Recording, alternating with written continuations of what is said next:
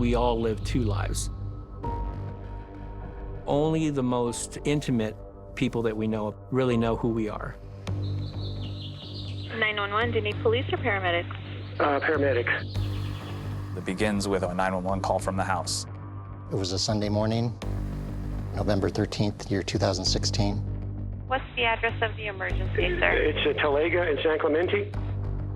Talega is a new community. It's kind of considered a sleepy little town. Nice place to work, nice place to live. And what's happened? We got a patient here who's fallen off stairs, and I don't have a pulse, and she's cold. Eric Scott Sills is a fertility doctor. So you found her down at the bottom of the stairs? Yeah, partially on the stairs. Susann Sills is his wife, Looks like her shoe come off or something. the mother of twins, a boy and a girl. So she's not breathing? No, she's not breathing. She was the one who was found that morning. I'm going to give you instructions for chest compressions, okay? They had it on a speakerphone, so Scott and Mary Kate, the daughter, were both heard on the 911 call. What are you trying to do, sir? I can't see what's going on. What are you No, doing? CPR. I'm doing the CPR. Dr. Sills was an infertility specialist. Keep going. Okay, I'm going just this way. They ran their clinic as partners. Susann took care of all the business side of things. Continue the compressions until paramedics arrive and take over. She's making noises out of her mouth. She was his #1 supporter in everything that he did. They really looked like they had it all. Okay, hold on. We're doing it. Baby, come on. She was making some kind of noise just from the compressions, but I think she was already dead. We get notified by our sergeant to come out to a house and begin a death investigation. So when you went inside, what stuck out to you?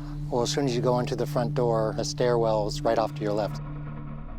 Susann was right there. She had a blanket covering her body. We could see the other things laying around, like this stainless steel soup pot, a purse, an empty medication bottle. And then the scarf was a little bit further down away from her. The deputy coroner, during her preliminary body exam of Susann, the injuries weren't consistent with somebody falling down the stairs. Her neck had a pretty pronounced ligature mark. The question is, how was she strangled? When she was found, The scarf was around her neck. I think the first day there was mention of dogs maybe pulling on a scarf. Oh, you're so good. They had a couple of dogs, rescues. Mary Kate saw the dogs pulling on the scarf. We didn't get the impression that it was any kind of violent pulling. Do you think that the dogs could have pulled on her scarf hard enough to strangle her to death? Could they do it? Yes. When you came to the house, it was a death investigation. By the time you left, was it a murder investigation? No, it wasn't just as clear-cut as that.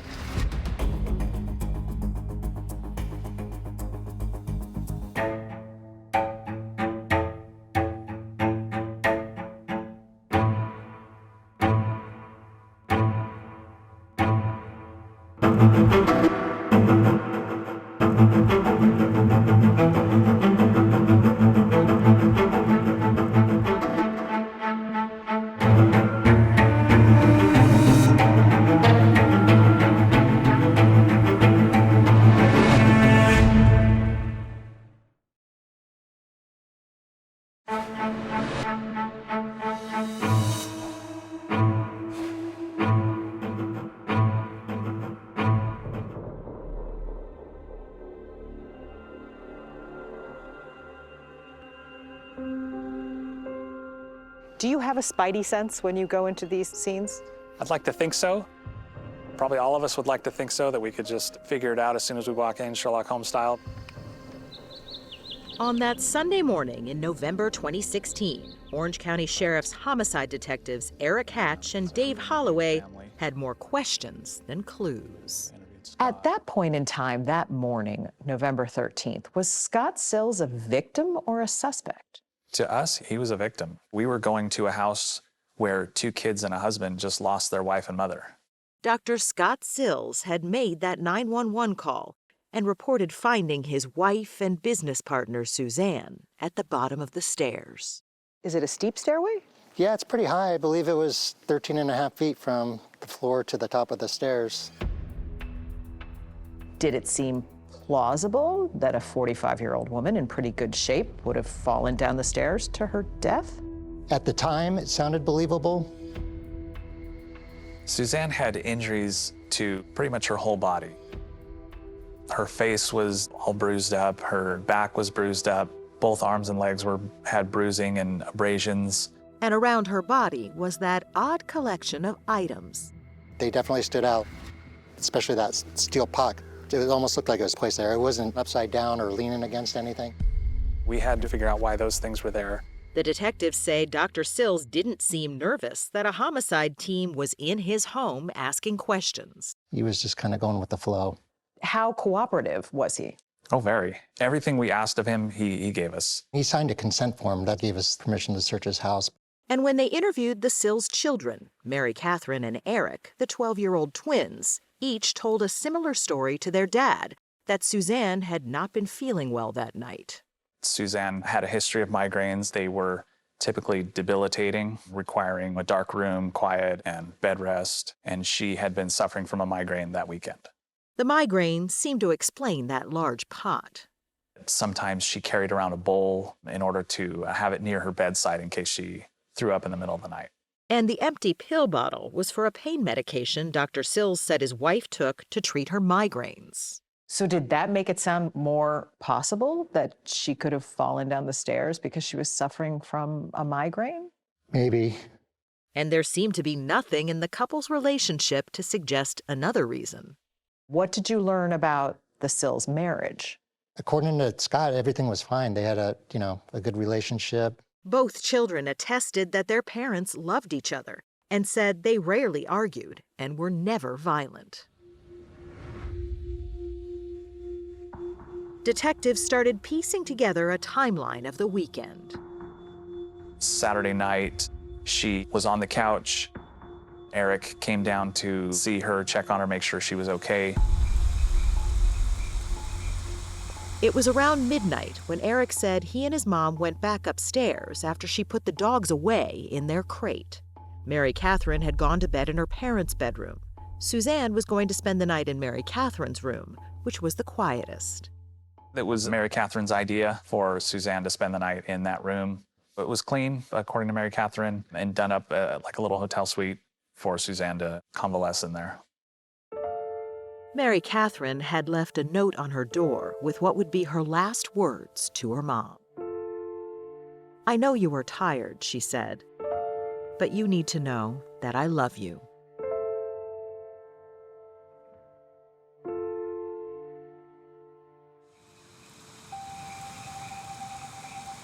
Around 4 a.m., Eric said he woke to the sound of his parents arguing in the next room. The two windows, that's Eric's room. So Eric is right next to Mary Catherine's room where his mom was. Yeah. And what did he tell you he heard? Well, he heard loud voices arguing, but he didn't describe hearing any physical confrontation. Eric told detectives that after about 5 minutes, he decided to go sleep in the main bedroom with his sister. According to Mary Catherine's statement, she thought he'd come in around 3:40 a.m. and told her their parents were arguing about a work email. How do you know she got an email? Because Eric said they were talking about that. Oh, okay. So Eric told you that she got an email and that it was about something about work. Dr. Sills told detectives he had argued with Susann because he found her working late on her laptop, which made her migraines worse. When you heard that they had an argument shortly before she was found at the bottom of the stairs dead, what was going through your mind? Well, again, that's one more piece of data that we're going to collect. It doesn't mean one way or the other that it was a murder, but that's definitely an avenue that we would have to pursue. Neither Eric nor Mary Catherine heard their dad return to the bedroom. I woke up and my dad was just on the covers, just laying there. There wasn't enough room to get in, I guess. Yeah. So he just was laying there. on top of it. Yeah.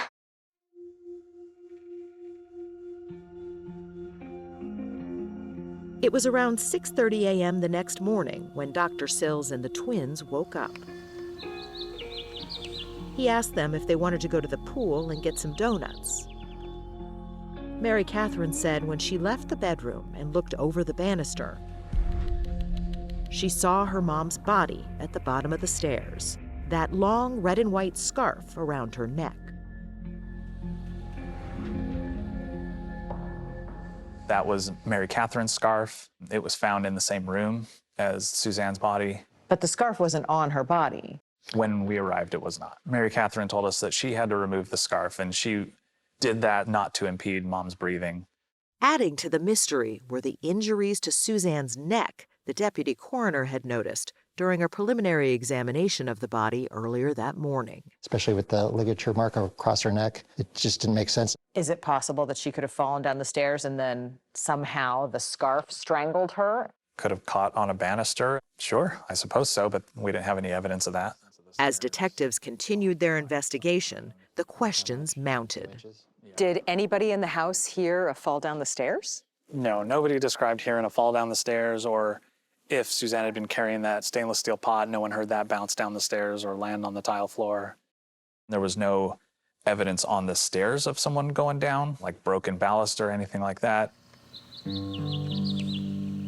And something else the detectives thought was strange. It was a warm day, even though it was November. But when we spoke with Scott, and during the whole time we were in the house doing our investigation, he was wearing a beanie over his head. And he said that he slept with it because it was cold. Did you ask him to remove the beanie? Yes. As it turned out, Susann wasn't the only one with injuries that morning.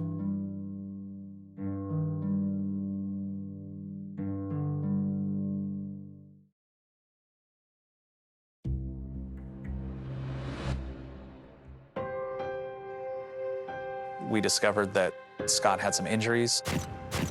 He had a cut up here on his forehead, and on his arm he had a bruise. Dr. Scott Sills said there was a simple explanation for the injuries. He had hurt himself while working on his car in the garage with his son Eric. There was just one problem. Eric told us Dad didn't hurt himself.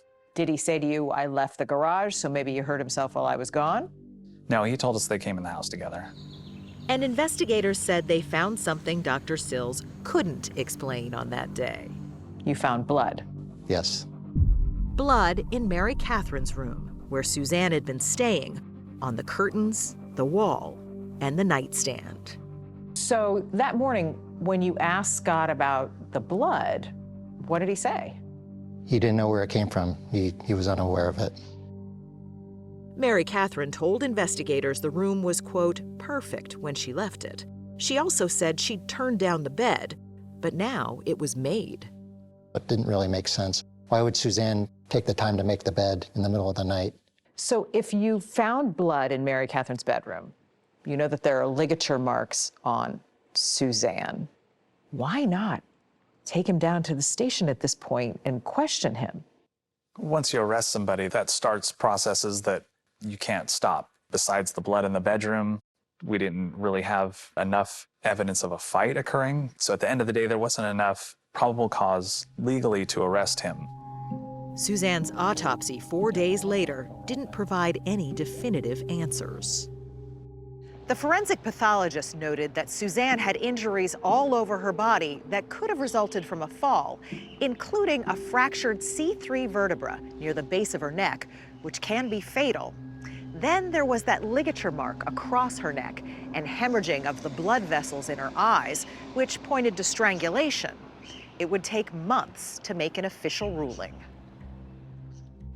It's not something they want to rush into. It's not something they want to make a rash judgment on. The doctor wanted to examine the whole case more clearly. In the meantime, detectives requested DNA testing on evidence collected from the Sills home and forensic analysis on Susann's phone and laptop. They also dug deeper into who the Sills were. None of their immediate neighbors knew anything about the family. Eventually, we contacted whoever we could out of their contact list to try and find out more. In high school, I thought, this must be what genius means. His humor, his quick wit.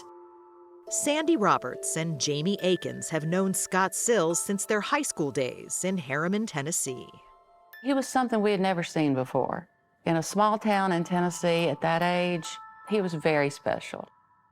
It was hilarious. How many people come to class in a three-piece suit, and it's not dress-up day? He's flamboyant, he's bigger than life. He was very, very kind. I grew up pretty poor. I didn't have a car in high school or anything like that, and a lot of times no lunch money, and he always pulled out his wallet and paid for it. It just wasn't a question. His future seemed limitless. He was accepted to both law school and medical school. We were kind of all on the edge of our seat, wondering what he was going to decide to do. And it was no surprise when the hometown boy became a renowned IVF specialist, a profession that would lead him to Susann.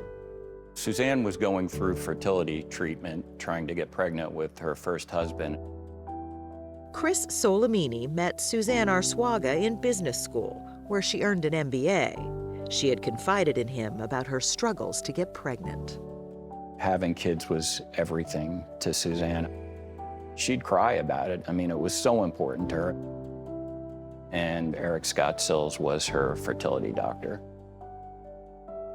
But soon, Chris says, they were a couple.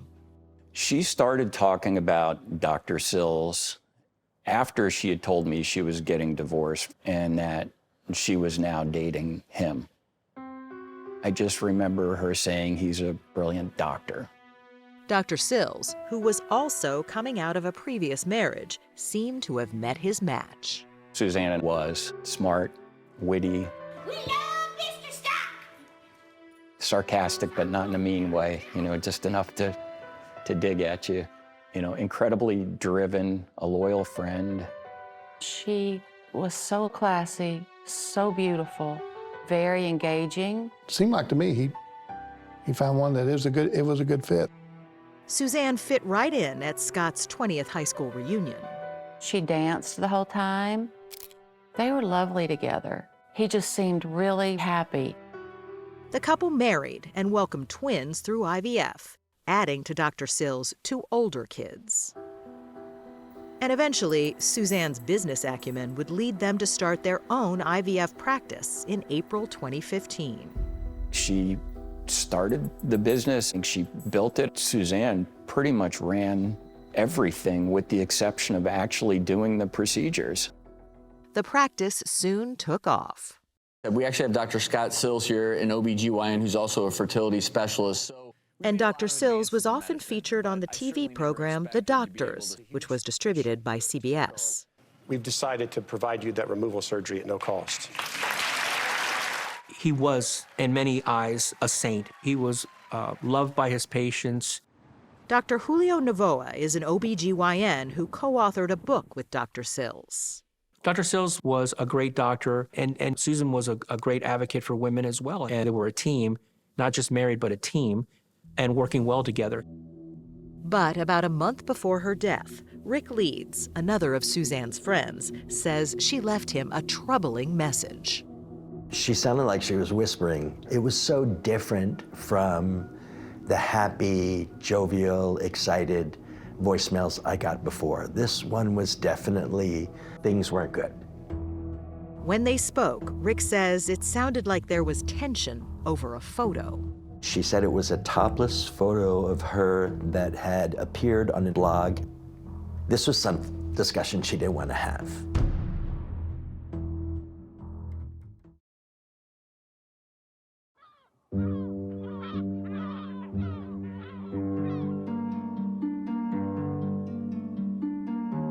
When news of Susann's death reached her friends, they were stunned. It was devastating. I couldn't believe it. It didn't seem plausible to me that she just fell down the stairs with a migraine headache. It didn't sound like the vibrant Susann they knew. Dr. Sills' friends say they were equally perplexed. Scott would not discuss anything with us. He quickly changed the subject. We never spoke again. You don't know how tragedies affect people.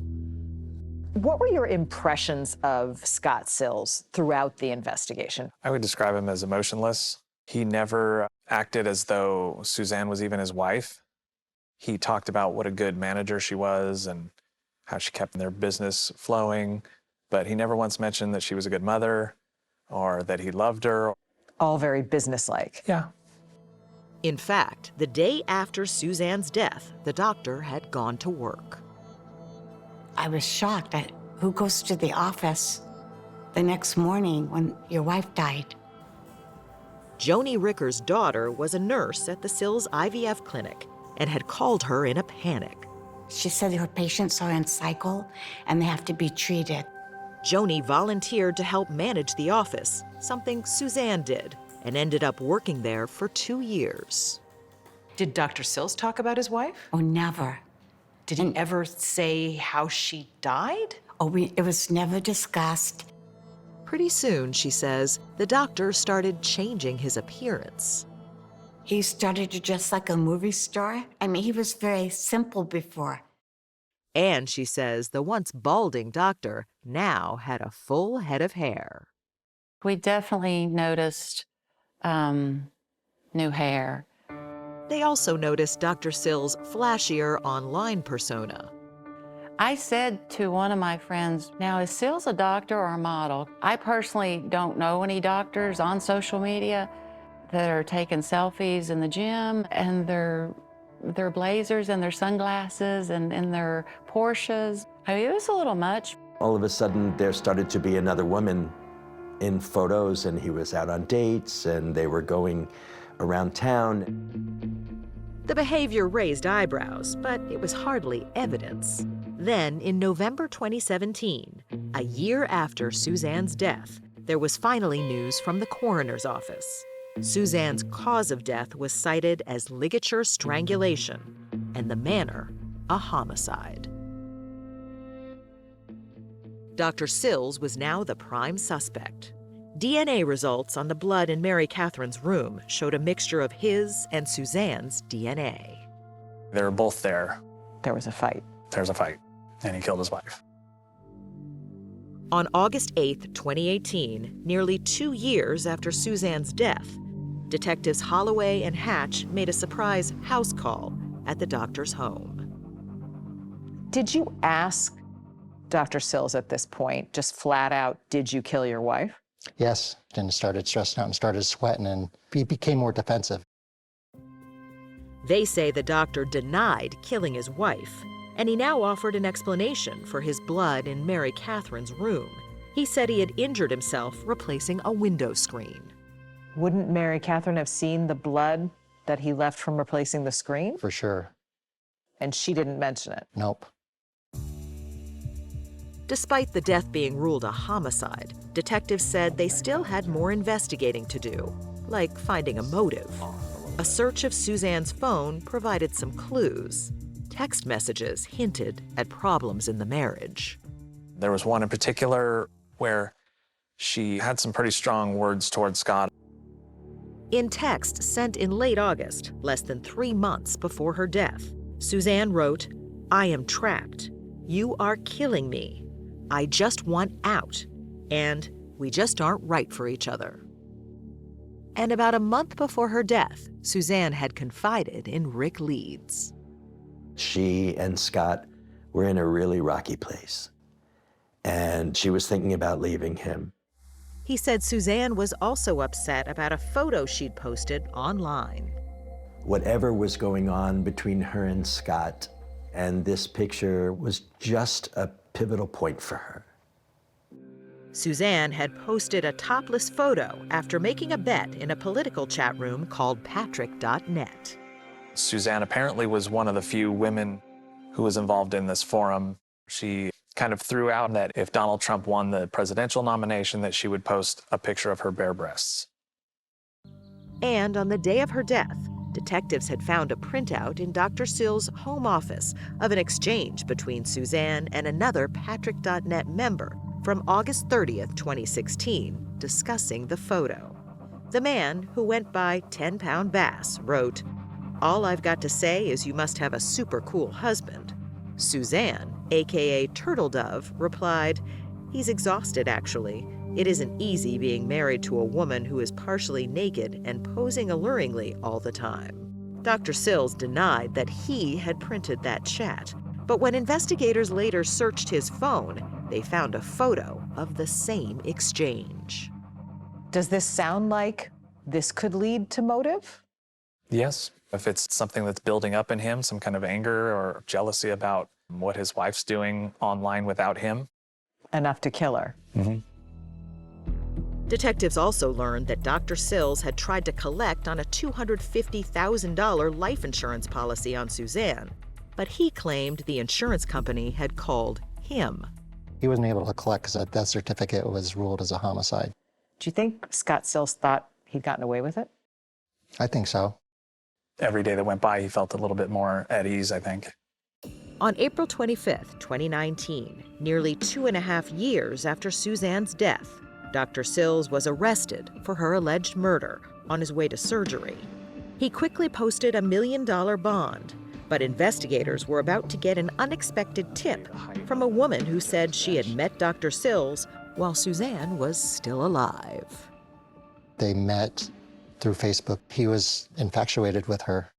She shared an email Dr. Sills had sent her about 2 weeks after Susann's death.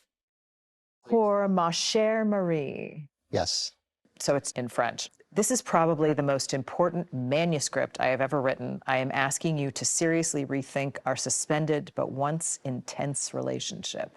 When you first read that email, what was your reaction? I was shocked. This is a motive. So could Dr. Sills have killed his wife to get her out of the way? Oh, I just don't see that at all. Dr. Sills' defense attorney, Jack Early, denies that there was a romantic relationship. And he says that email was merely a devastated father's desperate attempt to find a new mother for his children. Did you feel in your gut that you could win this case? Oh, yes.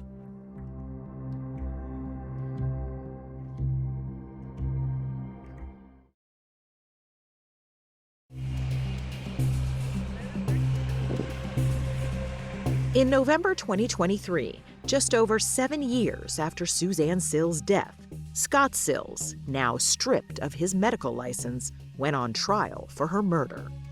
The Orange County District Attorney's Office declined our request for an interview, but cameras were allowed in court for portions of the trial, where Senior Deputy DA Jennifer Walker laid out her case to the jury. November 13th of 2016, this man killed his wife and hid it.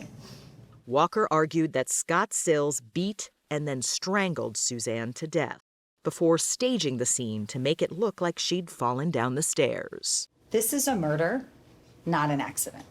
The prosecution's case relied heavily on Susann's autopsy, but Scott Sills' defense attorney, Jack Early, came to court armed with a unique theory. He suggested that Susann fell, either going up or down the stairs, and that one or both of the family dogs then tugged on the scarf that was wrapped around her neck. Do you honestly think that the dogs pulled hard enough to strangle her to death?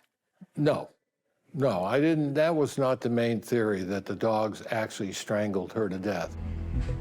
Instead, Early focused on another injury identified in Susann's autopsy, that fractured C3 vertebra. He says that injury is consistent with a fall and that it would have left Susann incapacitated. Let's assume that someone trips and falls and fractures their C3. Their breathing is compromised. If they're then choked, it doesn't take much to kill them. The defense had the scarf tested for dog DNA. It came back positive. And there was testimony that the dogs were known to play tug-of-war, as seen in this video.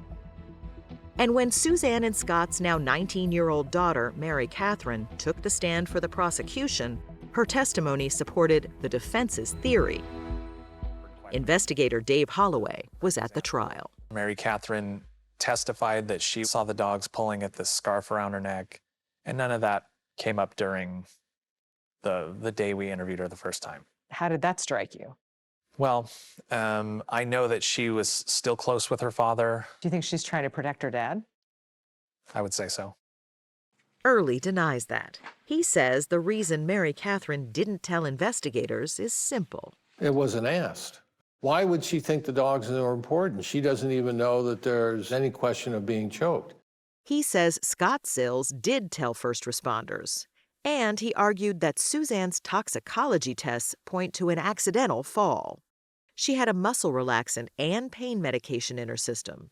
And Early told the jury that Susann suffered from a fainting disorder and that vertigo would accompany her migraines.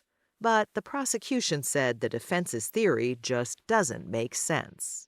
Strangulation is a silent killer. You know what's not a silent killer? Falling down multiple stairs. You have to believe she bounced her head, neck, back, shoulders, inside her arms, legs, and feet, multiple ways against approximately 6 stairs, like being in a soundproof pinball machine. Then was strangled by her dogs. Not reasonable. And why would Susann have a scarf around her neck that early in the morning to begin with? Prosecutors suggested that Scott Sills used it to strangle her and then left it around her neck to cover the marks. But Early told the jury it wasn't unusual for Susann to wear a scarf, especially when she wasn't feeling well. Because if she got sick, that was something that she would wear a scarf to wipe your mouth with it.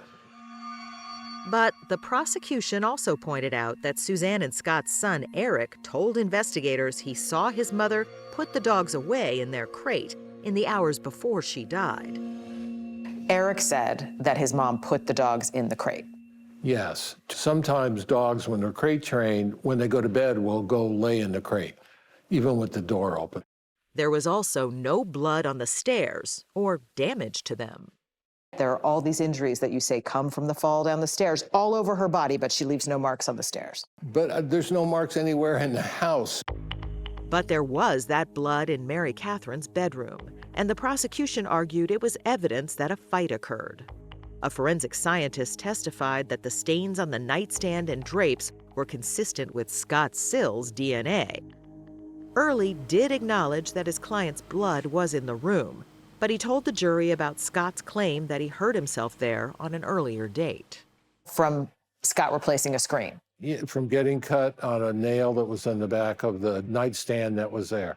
That forensic scientist, though, testified that one of the stains on the wall was a mixture of DNA, and Scott and Susann were likely contributors.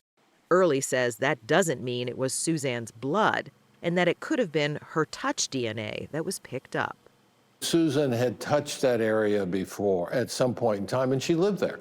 But the prosecution pointed out that there were also clumps of Susann's hair found in Mary Catherine's room. And there were blood stains on Susann's clothing that were found to be consistent with Scott Sills' DNA, too. Early had a rebuttal to it all, starting with the hair. She has hair extensions. And you know what hair extensions cause? Loss of hair. And the blood on the clothes? You don't know how old it is. The jury was also shown pictures of those injuries that were observed on Scott.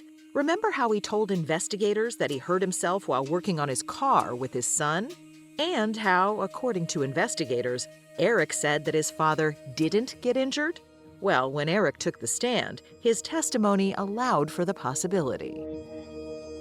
What he testified is, well, I didn't stay there the whole time he fixed the car. Does that seem like a discrepancy to you? Well, it's not a discrepancy. Nobody's asking him that full story at the age of 12. So he didn't necessarily say at age 12, Dad didn't get the injury from the car. No, he basically said, I wasn't there when he got the injury.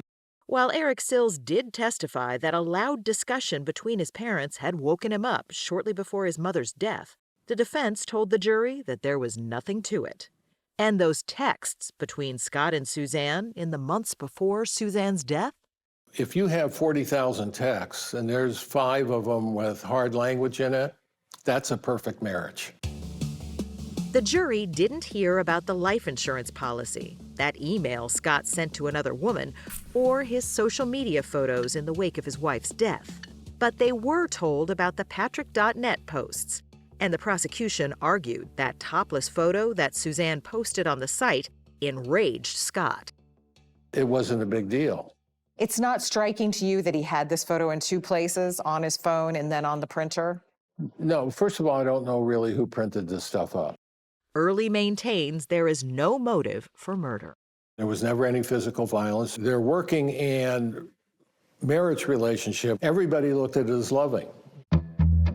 Scott Sills chose not to take the stand. The trial spanned 3 weeks, and then the case went to the jury. My heart was just pounding. What do you make of the defense that the dogs may have played a role in her death? Chat now with the 48 Hours team on Facebook and X.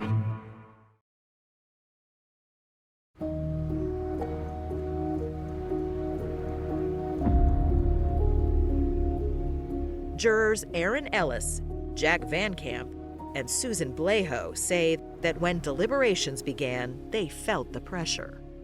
It's just so intimidating that you got someone's life on the line. It weighs on you. Oh, yeah. And the ripple effect. The kids and the... Yeah. Did you think about that? That these kids didn't only lose their mom, that if you convict him, now they're losing their dad? Of course. Yeah. They say they also felt a clear motive was lacking. I mean, it's hard to imagine why something like this Somebody would do that. Yeah. After about 3 hours, they came to a decision. The jurors have indicated that they've reached a verdict in this matter. The clerk read the verdict. We, the jury, in the above entitled action, find the defendant, Eric Scott Sills, not guilty of the crime of first-degree murder. We, the jury, in the above entitled action, find the defendant, Eric Scott Sills, guilty of the crime of second-degree murder. Guilty of second-degree murder. Scott Sills, who gave the gift of life to so many through his IVF practice, now convicted of taking the life of his wife, the mother of his kids. I just felt sad. I mean, I was tearing up on the way out. This whole family had been through so much, you know. Now this is the next phase of it. But he did that. The jurors we spoke to say that no one on the jury bought the defense's theory about the dogs. The dogs would have to choke her on the stairs, and my dog was as big as hers. And my dog cannot get a grip on wooden stairs with their nails to do anything. They just slide. The scarf had no puncture wounds either. I would have expected holes. And the fall down the stairs wouldn't create that scenario on her body. Instead, what they spent the most time grappling with was whether Scott Sills was guilty of first-degree or second-degree murder. First-degree murder requires premeditation and deliberation. I just didn't think he planned it. I don't. And if he had planned it or done any kind of forethought, it wouldn't be a hot mess crime scene that it was. It was kind of like a snap. But investigator Dave Holloway says while Scott Sills may not have planned his crime, he certainly had the time to think about what he was doing. He had plenty of time from when he applied pressure to Susann's neck till she died to stop what he was doing. He still did it. I was a little disappointed that it was a second degree.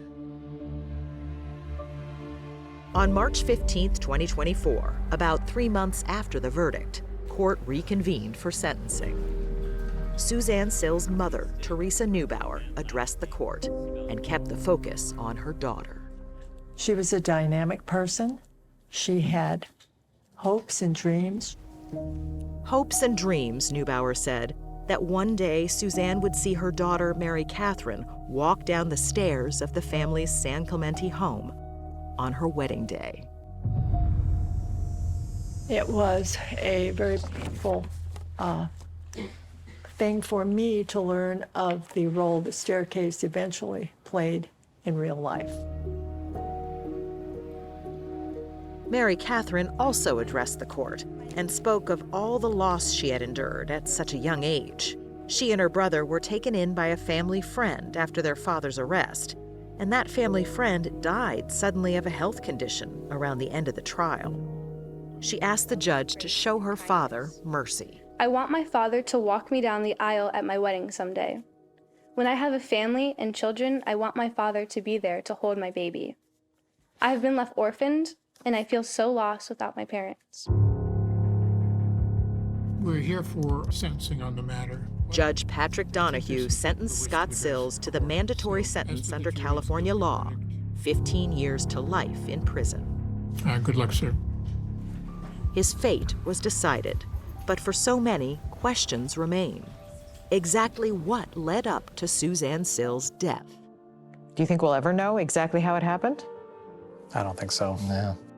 Scott Sills declined our request for an interview, but in the end, no explanation will suffice or ease the profound sense of loss that lingers.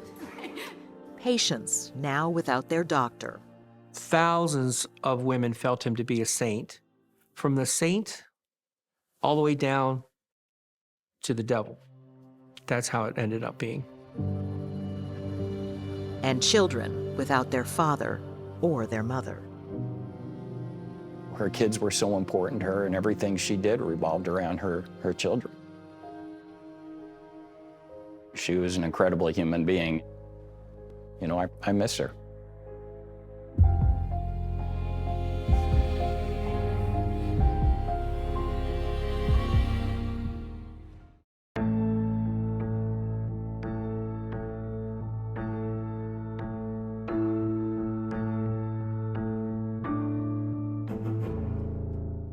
Need more time with 48 Hours? Go deep behind every true crime episode with first-hand accounts from 48 Hours Investigations. Were you at all prepared for what happened in this case? Shock is the word that comes to mind. Get inside the twists and turns and get in on the case. Listen to Postmortem from 48 Hours, now available wherever you get your podcasts.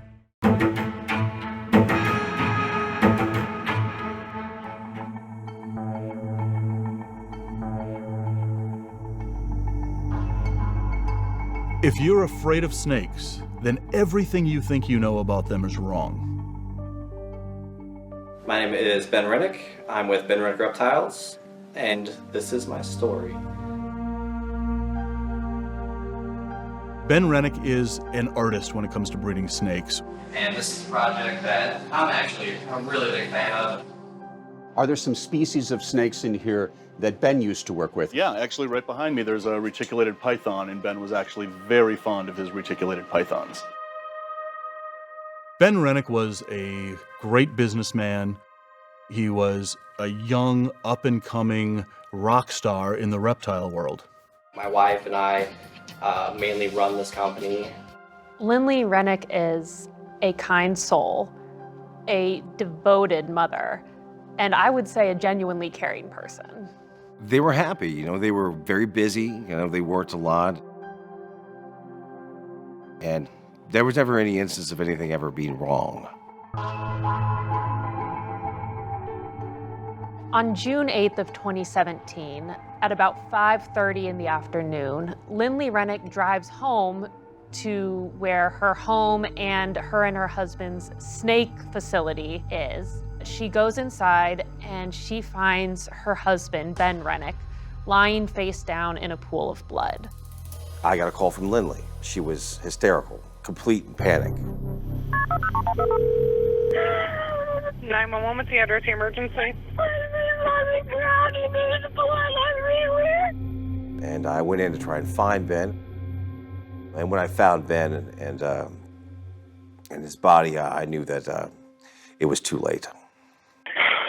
Oh my God, my brother's dead. What may have happened? He got killed by a snake. And I assumed it was a snake.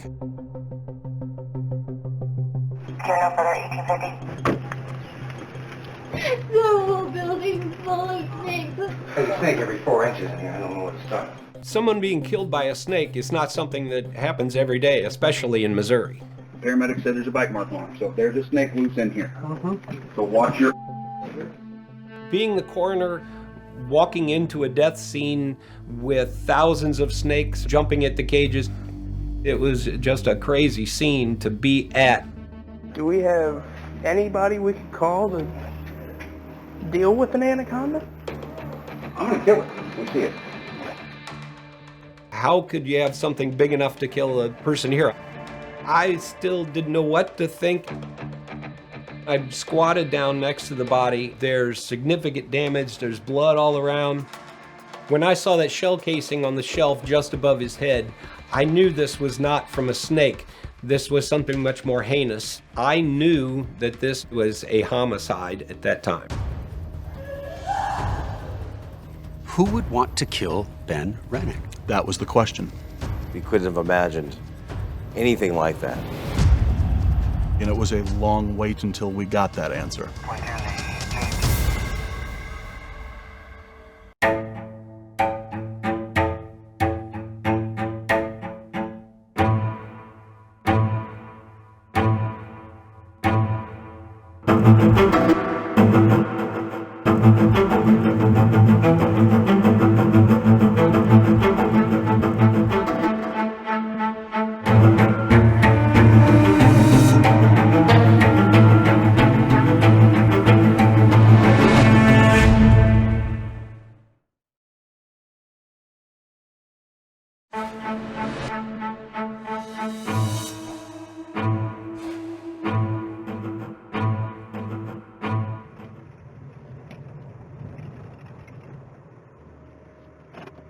I don't care if it's a 5-inch long snake.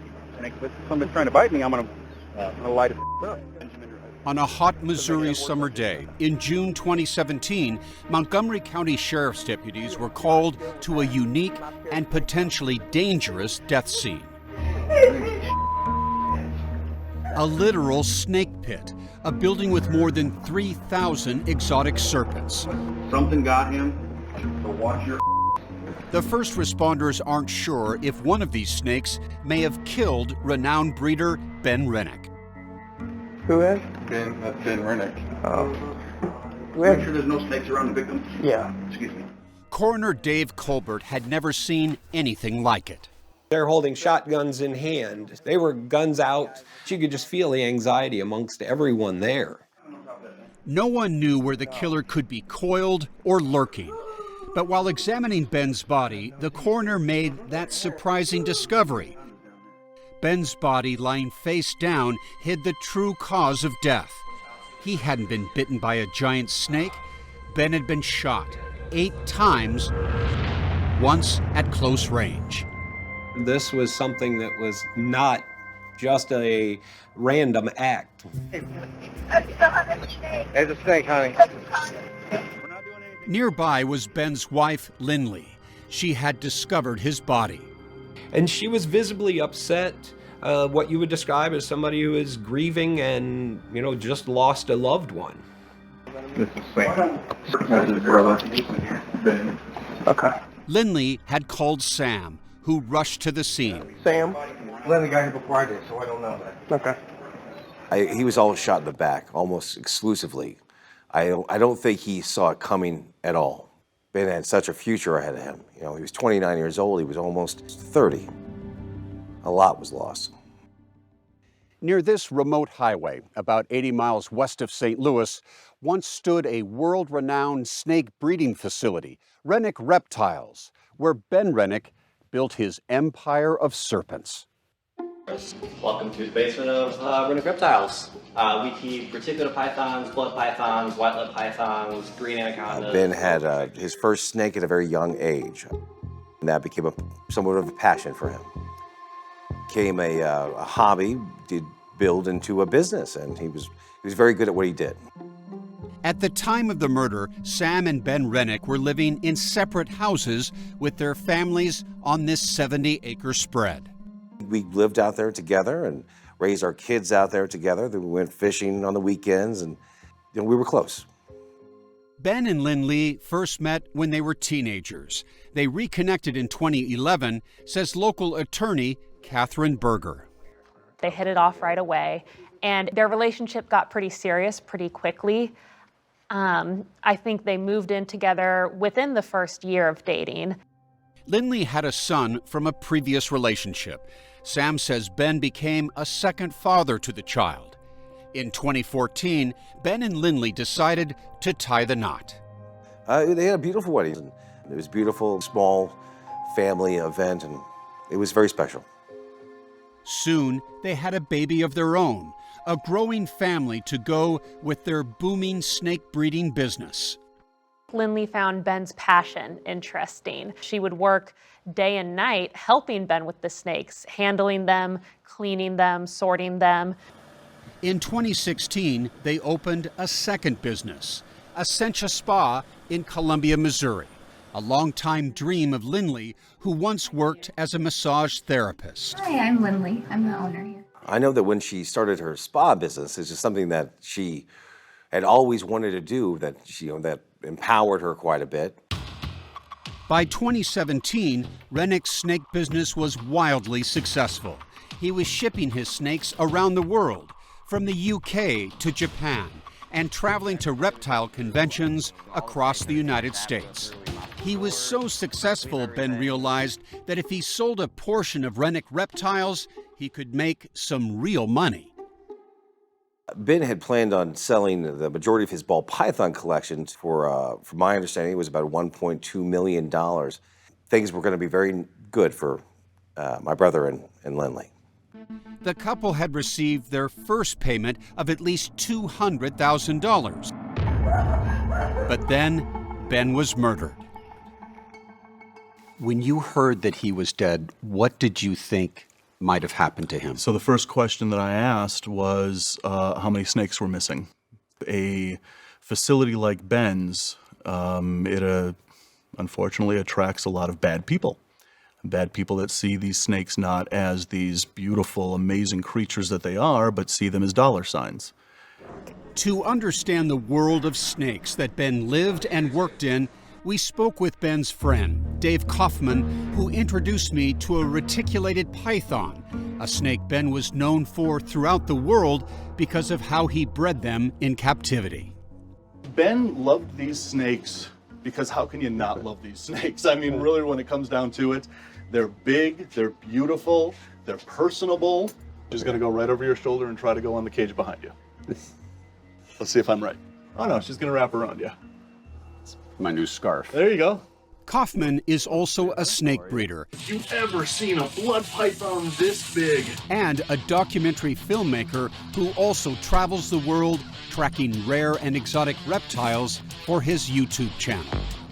This is a first. It is a remarkable sensation. It is. Investigators looked into the theory that Ben's murder may have been a robbery gone bad, but ruled it out. No snakes were missing.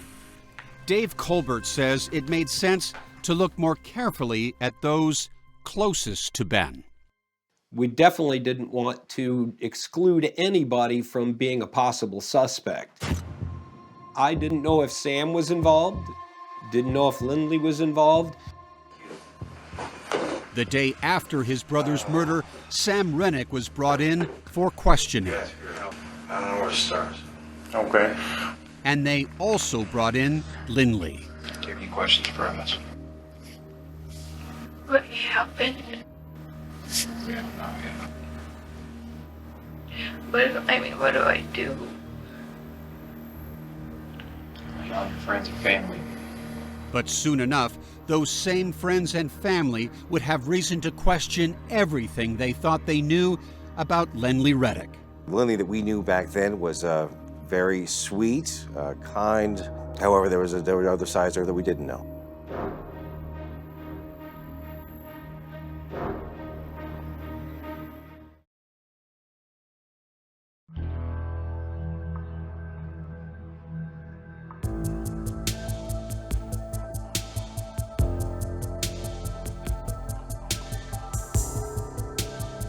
With law enforcement discovering that Ben Rennick had not been killed by a snake and quickly ruling out the possibility of a robbery gone bad, Sam Rennick had one major question.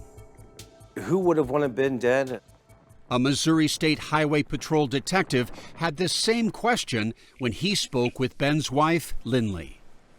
Could you see anybody you know being upset with Ben to the point where that may happen? Both Lindley and Sam were cooperative in their initial interviews. Are you willing to submit to a shotgun, or not shotgun, a gunshot resolution? Yeah, anything you want. Yeah. Okay. Sam says he understood why police would first focus on them, and he told investigators he could never imagine Lindley being involved. I didn't think that Lindley would have been capable of murder like that. Lindley also agreed to a gunshot residue test, but in her one-on-one interview with the detective, Lindley made a startling claim, saying that Sam might have had a motive to kill his brother. Was there any family issues? Like between Sam and, yeah. At issue, Lindley said, was Ben's plan to possibly sell the property where they all lived. She claims Sam was upset about it. Ben had inherited the property after another tragedy on the Rennick family farm just 5 years earlier, the suicide of Ben and Sam's father, Frank Rennick. Ben found him. He came and got me, and we went there together, and it was a tough day. Frank Rennick shot himself in 2012 after being implicated in a multi-million-dollar Ponzi scheme involving fraudulent stock certificates. There's a lot of people that lost a lot of money, due to my father. Unaware that Lindley was implicating him, Sam wondered whether Ben had been killed in an act of revenge against their father. We were concerned, however, that someone could have been upset enough to have waited and done something like this. But that theory never took off, and Sam, who had tested negative for gun residue on his hands, was ruled out after cooperating fully with investigators. I provided them, everything I had, my cell phone, the shirt off my back, my alibi as to where I was when the murder happened. I gave a polygraph. As Highway Patrol detectives continued their investigation, the reptile community stepped up to help Ben's wife and children. We have a male fire cinnamon. They held this online auction of donated snakes. She's a pretty girl, guys. Raising more than $40,000. Guys, remember, all this money is going to a great, great, great cause. You guys banded together, and you got thousands of dollars to Lindley to help her during this time of crisis. We raised tens of thousands of dollars to help Lindley and the kids. Because you felt she was a victim. That's correct.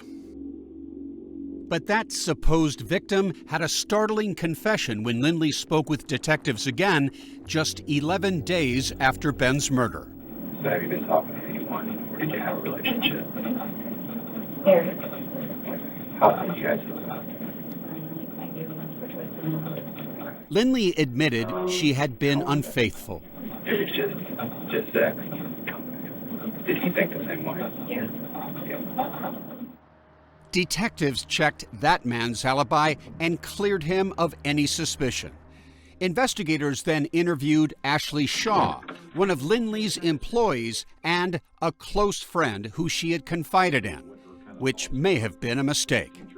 I mean, I'm sure that you know she was having an affair, a couple affairs actually.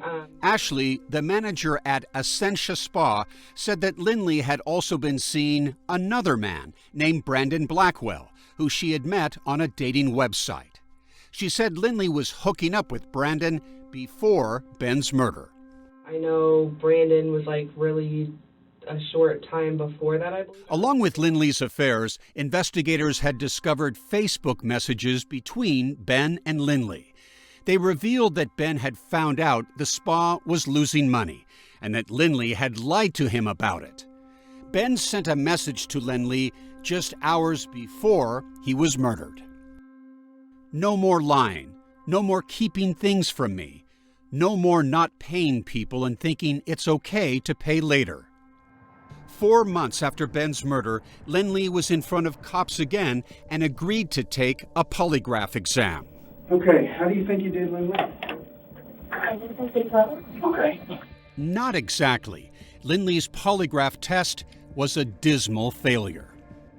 So the results of the polygraph showed that you failed the test. When I asked you, did you shoot that man? You failed the test. Can you explain why I just failed that, but I didn't kill Ben? But investigators suspected she did and may have had help from yet another man in her life. His name is Michael Humphrey, an old ex-boyfriend and ex-con fresh out of prison on drug possession charges, who she texted and called numerous times, including on the day her husband was murdered. Coming in for massage. Yeah, but the thing is that right there is very suspicious. It appeared Lindley was close to breaking, but she continued to deny any involvement dozens of times. I didn't have anything to do with it. There is so much circumstantial evidence against you in this case. It's mind-boggling. But Lindley's gunshot residue test had come back negative. With no witnesses, no murder weapon found, or direct evidence linking her to Ben's murder, I need to go get my children. she left that interrogation room a free woman. I'll walk you out.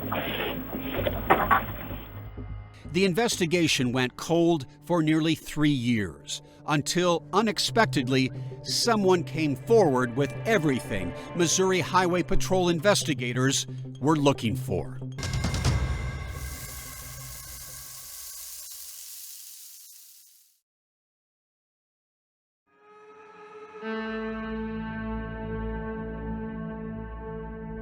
The boas are long gone. Pythons packed up. Snakes in new homes. The reptilian paradise turned crime scene, now a vacant frozen field.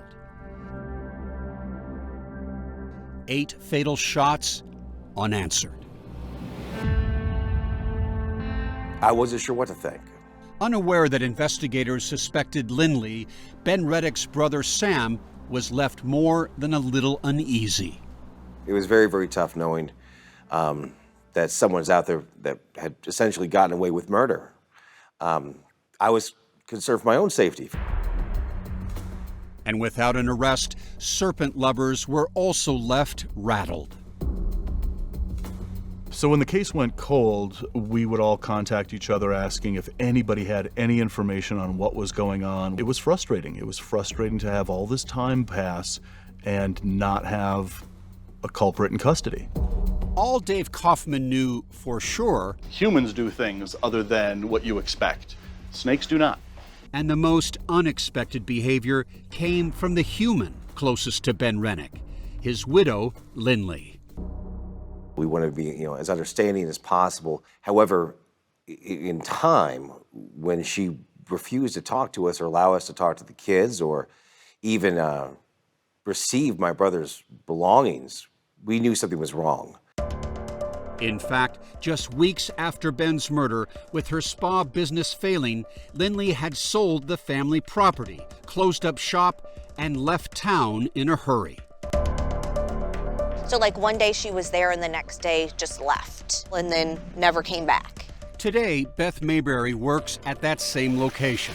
But back then, she was just one more true crime buff in Columbia, Missouri, riveted by a case without a conclusion. How much is this Rennick case talked about around here among? It's a lot. And what do people say? What do they think? Crazy. It's crazy. And people did start to wonder, maybe Lindley did it. Maybe she had someone do this. It did become a question. A question without an answer. Until January 2020, when cops followed up on a jailhouse tip. We're investigators with Patrol. I'm here because you used to be dating Lindley. That's correct.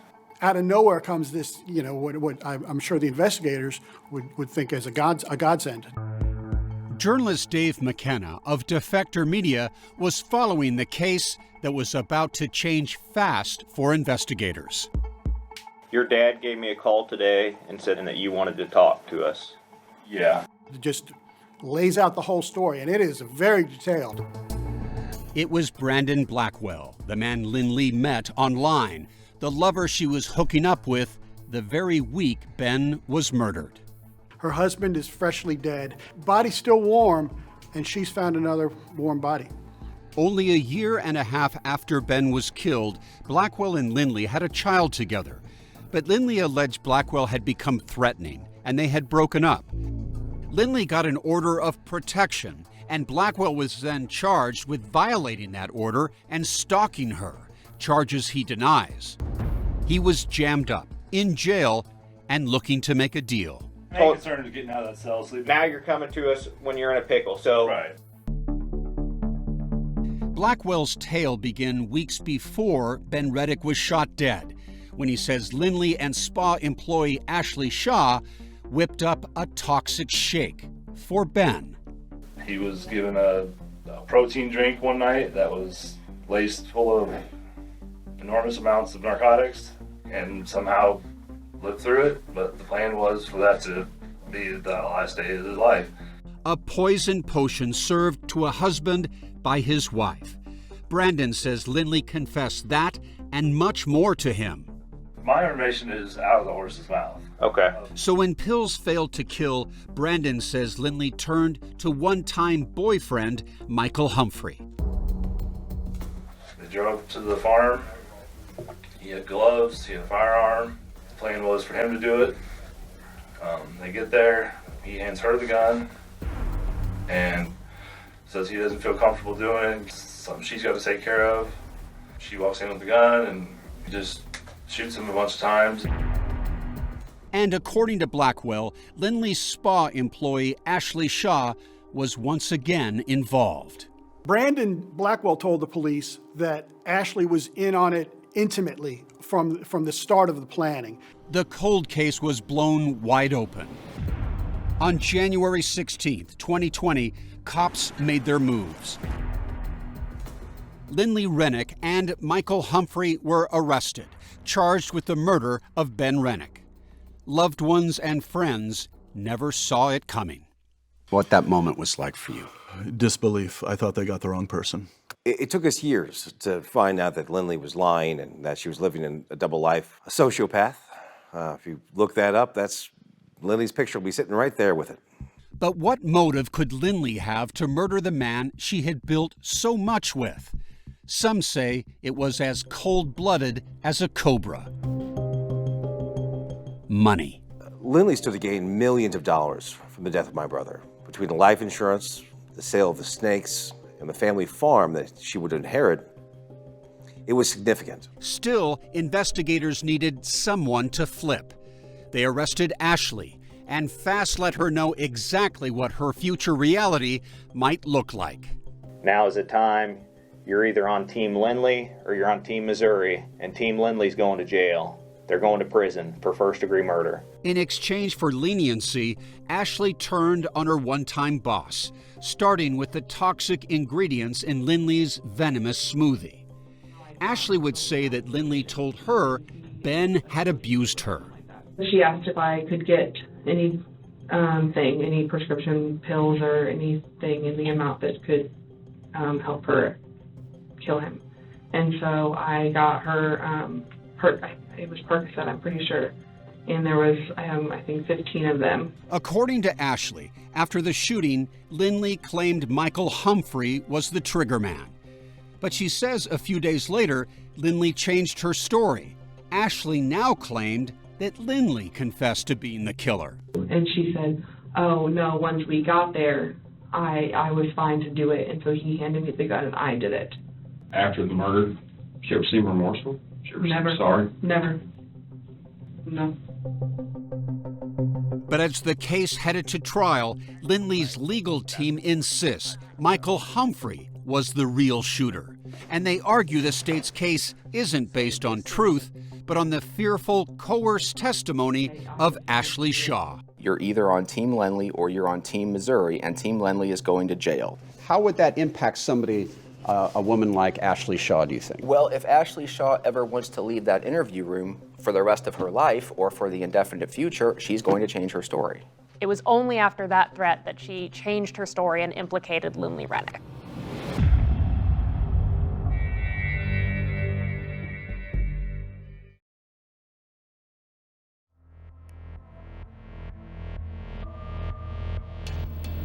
I don't know what happened with him. I don't know. It took a lot of time to just process, the lies that we were given by Lindley. In late 2021, Sam Rennick was bracing himself for the trials of his brother's alleged killers. My biggest concern was keeping my composure during the whole time. First up, Lindley's old boyfriend, Michael Humphrey. The prosecution said Lindley fired the gun and that Humphrey was in on the plan. Prosecutor said he was in on the plotting, he provided the weapon, he helped knock off her husband. But that murder weapon had not been recovered. Humphrey's defense argued that he had been lured to the snake farm by Lindley, who claimed she wanted protection when asking Ben for a divorce. Lindley had then surprised him and pulled out a gun and shot her husband. They painted him as kind of a fawning suitor of this pretty blonde, petite snake salesman. The jury didn't believe Humphrey's story of being an innocent spectator. After deliberating for just 5 hours, jurors convicted him of first-degree murder. Lindley is a manipulator, and I truly believe that he was manipulated into where he is right now. Then, facing life behind bars, Michael Humphrey changed his story. Lindley's trial attorneys Tim Hessman and Catherine Berger. He decides to flip. Why does he do that? He's convicted of first-degree murder after a jury trial. He agrees to cooperate with the state in the hopes that he might be able to parole out eventually. Humphrey now admits that he provided the gun that Lindley used to shoot her husband. And he tells them where they can find it, which is in his girlfriend's mother's attic.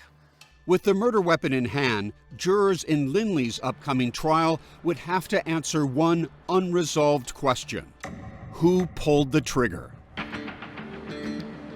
This is case number 3007, State versus Lindley Rennick. The defendant, Lindley Rennick, shot her husband, Ben, 8 times, killing him. We're going to come back and ask you to find her guilty of murder. The prosecution painted Lindley as cold-blooded as one of her husband's snakes, a killer who shot Ben and then went about her daily routine as if nothing had happened.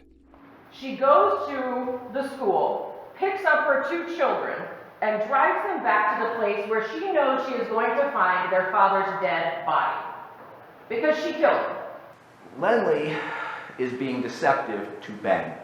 The defense counters by saying that while Lindley lied and cheated on Ben, that doesn't make her a killer. She's not planning a murder, she's planning a divorce. They pointed the finger at the man already convicted of murdering Ben Rennick. Michael Humphrey took it upon himself, acting completely independently, took Ben's life himself. But Lindley's employee and confidant, Ashley Shaw, now the prosecution's star witness, swears Michael Humphrey and Lindley were full partners in crime. Michael was going to come to the spa and they were going to go together to her house, his business, to kill him at home or at work. Shaw says after the murder, Lindley returned to the spa, not for a massage, but to wash away her sins. So Lindley goes back there and she tells you to do what? To give her a shower. And she asked me to scrub her body and her hands really well, and she washed. Then Ashley tells the jurors what Lindley told her about what really happened at Rennick Reptiles the day Ben was killed.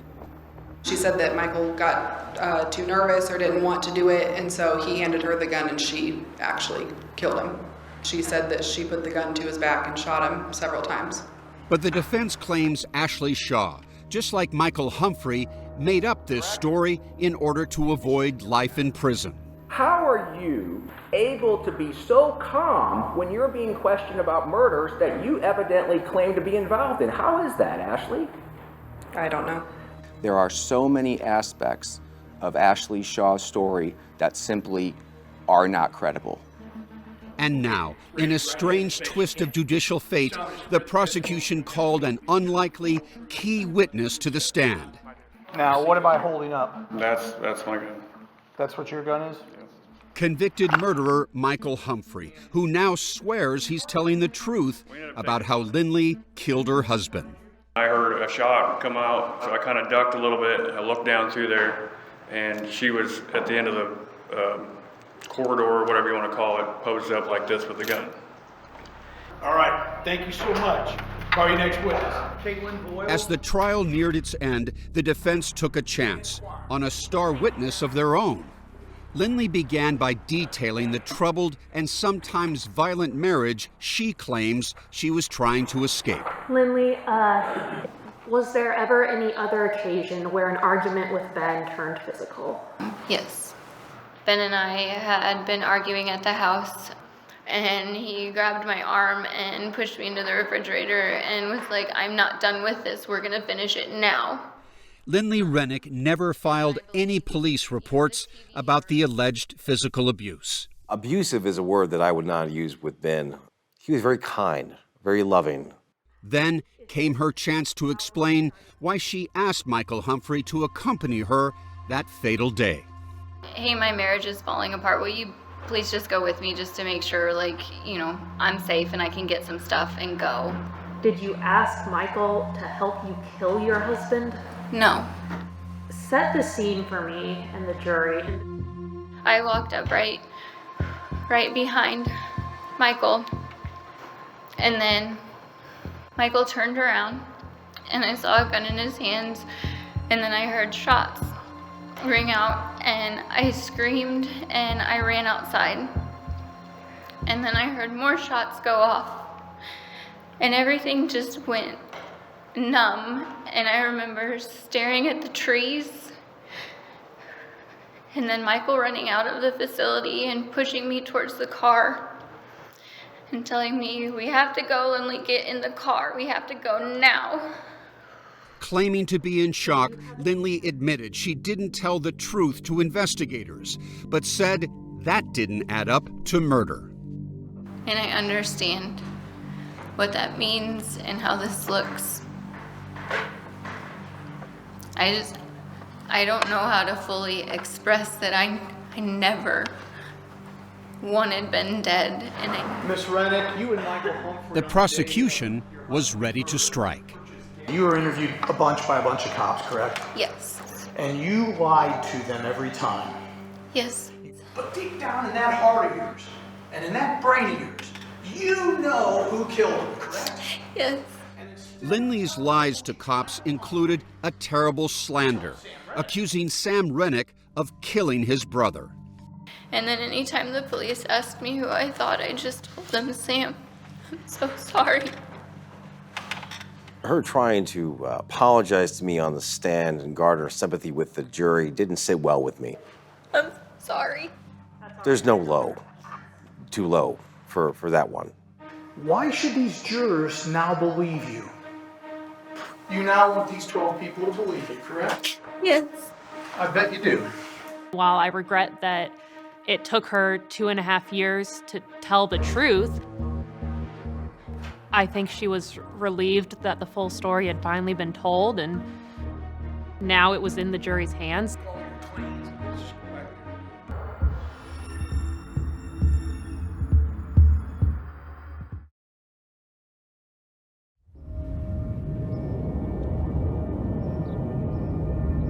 It had been almost 5 long years since Ben Rennick was murdered. Exhausted, Sam waited for a jury to weigh the evidence against his younger brother's bride. And after 12 hours, the judge revealed the verdict.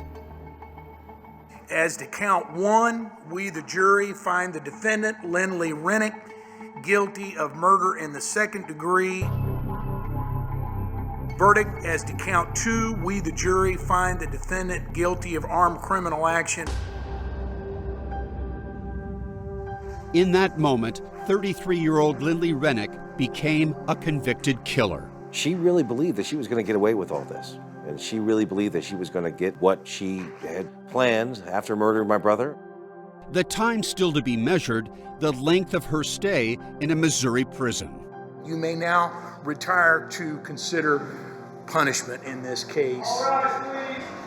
For that, jurors gathered again for a separate sentencing hearing. While life was an option, the jury would settle on something considerably less. Punishment for murder in the 2nd degree at 13 years. Punishment for armed criminal action at 3 years. 13 plus 3 for Ben Rennick's life. Jurors never said why they chose such a seemingly light punishment. But 6 weeks later, Sam would tell the court that the sentence itself was an injustice. I beg the common person to watch the trial again and ask themselves if my brother's life was worth only 16 years. 16 years is why I'm here today. He would recount that hideous day that changed everything. The web of devastation travels far. And spared no one. She put the children through this experience. Here I am, covered in my brother's blood, attempting to comfort the children, despite them asking me if their daddy is dead. Sam's frustration at the sentence seemed to be shared by the judge. But under Missouri law, he could not increase Lindley's punishment. You're awful lucky, ma'am. You're gonna get out in your 40s, and my 40s weren't too bad. I just hope you don't kill again. That's it.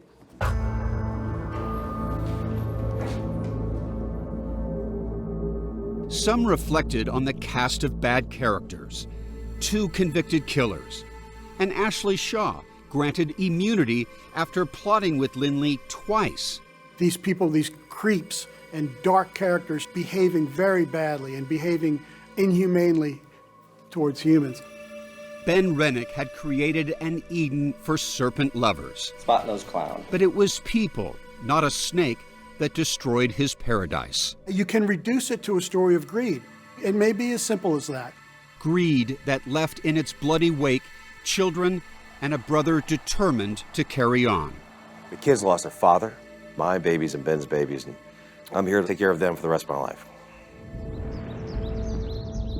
And around the world, wherever reptiles coil, slither, and slide, the loss of a superstar is still felt. What happened to Ben was a tragedy that absolutely did not need to happen. And yet Ben Rennick lives on in a way he would surely have loved, celebrated with a new breed of snake, named just for him. the Rennick Ghost, and what Ghost is a slight reduction of blacks, color. It gives the snake kind of a ghosty appearance to it. And that is such a testament to what Ben meant to this community that he now has a mutation of a snake named after him. You miss your friend. Every single expo that we would see each other at, there is a vacancy there that will never be filled again.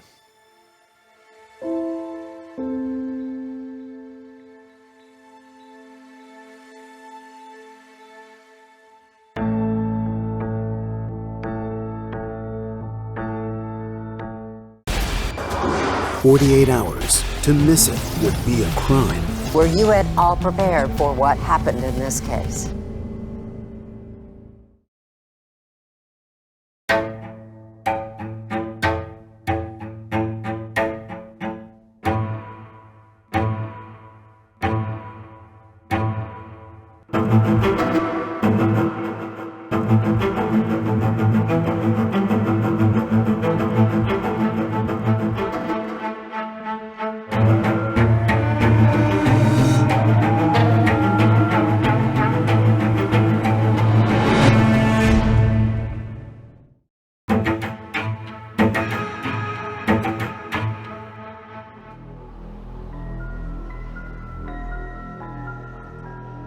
This story has always been one that has fascinated people because it's so bizarre that this could even happen.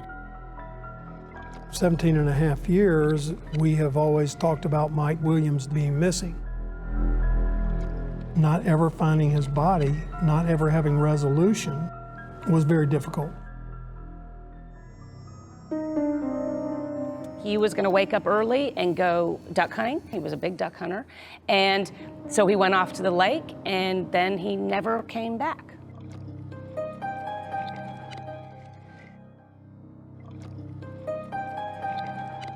Mike Williams was a straight shooter.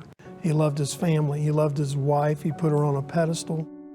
Mike did everything that she wanted done. Denise said jump. Mike wanted to know how high. They were going to be celebrating their wedding anniversary. And so when he did not come home about noon when he was supposed to, Denise started getting worried and started calling around. This search was the most intensive I've ever seen. Law enforcement and friends and family combing the lake, looking for him. They found the boat, his truck, the trailer, that was all there. I got up in the helicopter, flew around, and looked for his body. And one of the things that I noticed, there were no less than 15 to 20 very large alligators swimming all around this area. Lake Seminole is known for having a lot of alligators. We're in North Florida, there are a lot of alligators. When we went back out there, you know, there was more evidence that there had been alligator activity around there. That's what you believed happened to Mike? Yes, I firmly believe that. I guess you're sort of hoping you find something and sort of hoping you don't. Well, we was hoping if he was here, we would find him and get closure, but no, it didn't happen. People are attacked by alligators. Little dogs are eaten by alligators. But you never hear of someone who's just vanished, eaten whole by an alligator. It is totally impossible for a 185-pound man to be consumed by an alligator without a trace. I think that's when we started going, oh my gosh, this is not what we thought it was. Many people felt like there was foul play involved. Cheryl Williams, Mike's mom, comes along. I pray every day that Mike will come home. Cheryl begins her crusade, if you will, trying to get answers. She'd make picket signs and stand in front of the church. There were billboards. You know, have you seen my son? She wrote the governor a letter every day for 9 years. Until God tells me in my heart that that child is dead, I cannot give up looking for him. She wasn't going to quit until she had a body, alive or dead. He didn't just fall out of the boat. This wasn't just a hunting accident.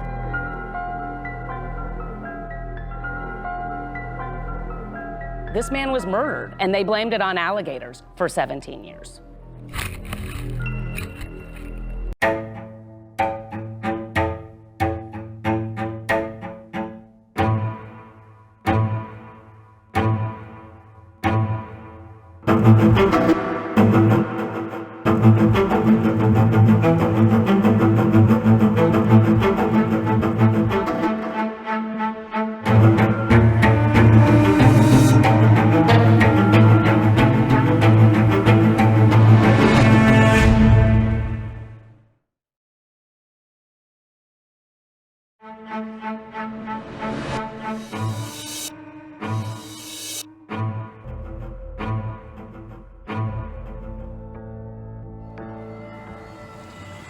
You've got to really love duck hunting to love Lake Seminole. It's shallow, it's swampy, and it's popular with the local alligators. Mike Williams really did love duck hunting, and people say that's why he came here well before dawn on December 16th, 2000, alone. His wife said the plan was that Mike would be back home in time to celebrate his wedding anniversary. But 12 hours later, after his wife reported him missing, Lake Seminole would be swarming with rescuers, searching for Mike Williams, on the land, on the water, and in the air. Can you show me the area that you guys searched in? Basically this area from here to there, about 5 acres. Alton Renu and David Arnett were among the first law enforcement officers to get a call about a missing duck hunter. What we thought had happened is that he possibly fell out of the boat or capsized. Is it unusual for people to fall out of boats while they're hunting for ducks? It's not unusual. It happens quite often out here, as far as they might hit a stump and throw them out. Early the next morning, there was a break. Mike's boat was found. On board were some decoys and his shotgun, but no sign of Mike himself. We've done a grid search Very slow, meticulous grid search, back and forth over the search area. And what began as a search and rescue soon turned into a search for a body. We stayed with that grid until we covered this whole area. Cadaver dogs were brought in while teams scoured the murky bottom of Lake Seminole in a gruesome search for Mike's body that was high intensity and low tech. This is the tool of your trade, right? That was actually one of the poles.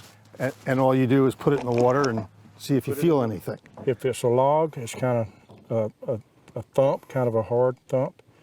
If it would have been a body, you hit it, it's kind of like a pillow.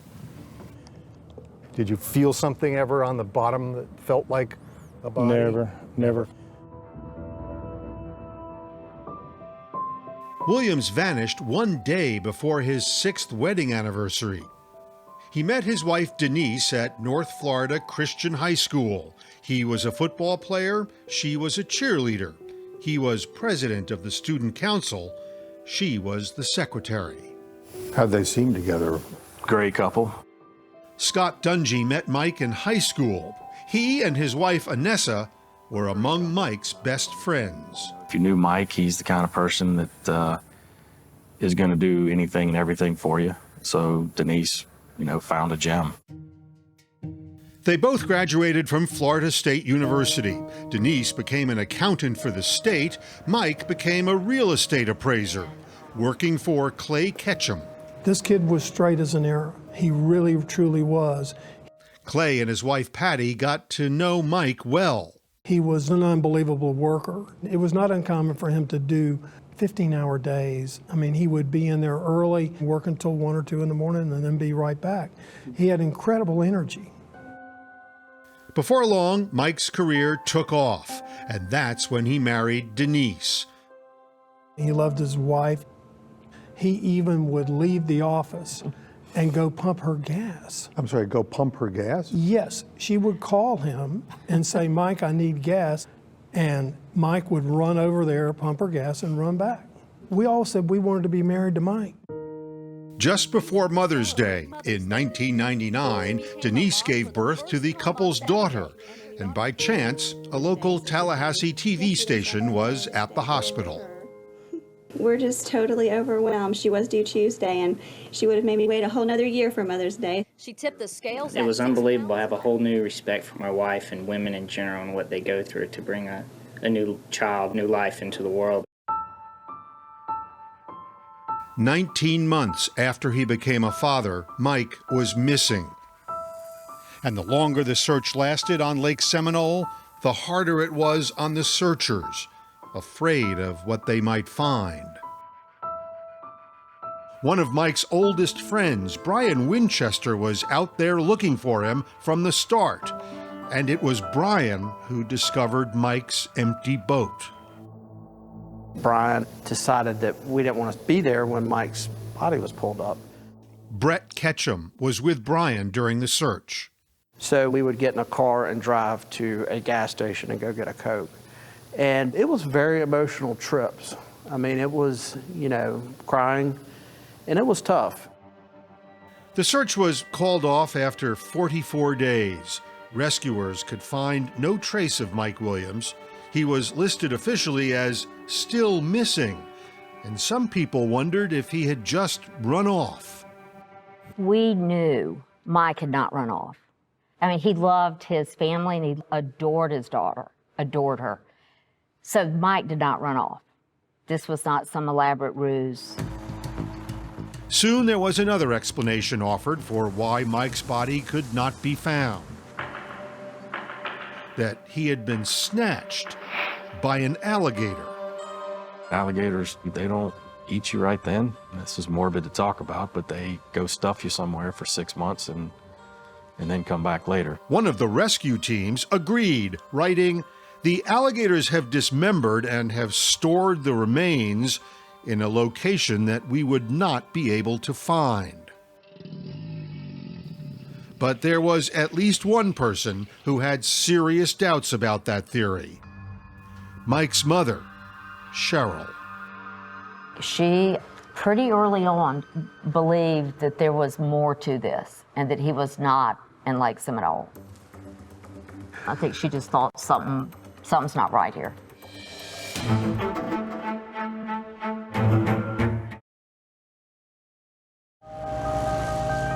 Six months after Mike Williams disappeared, investigators had no new leads, no real hope of finding him.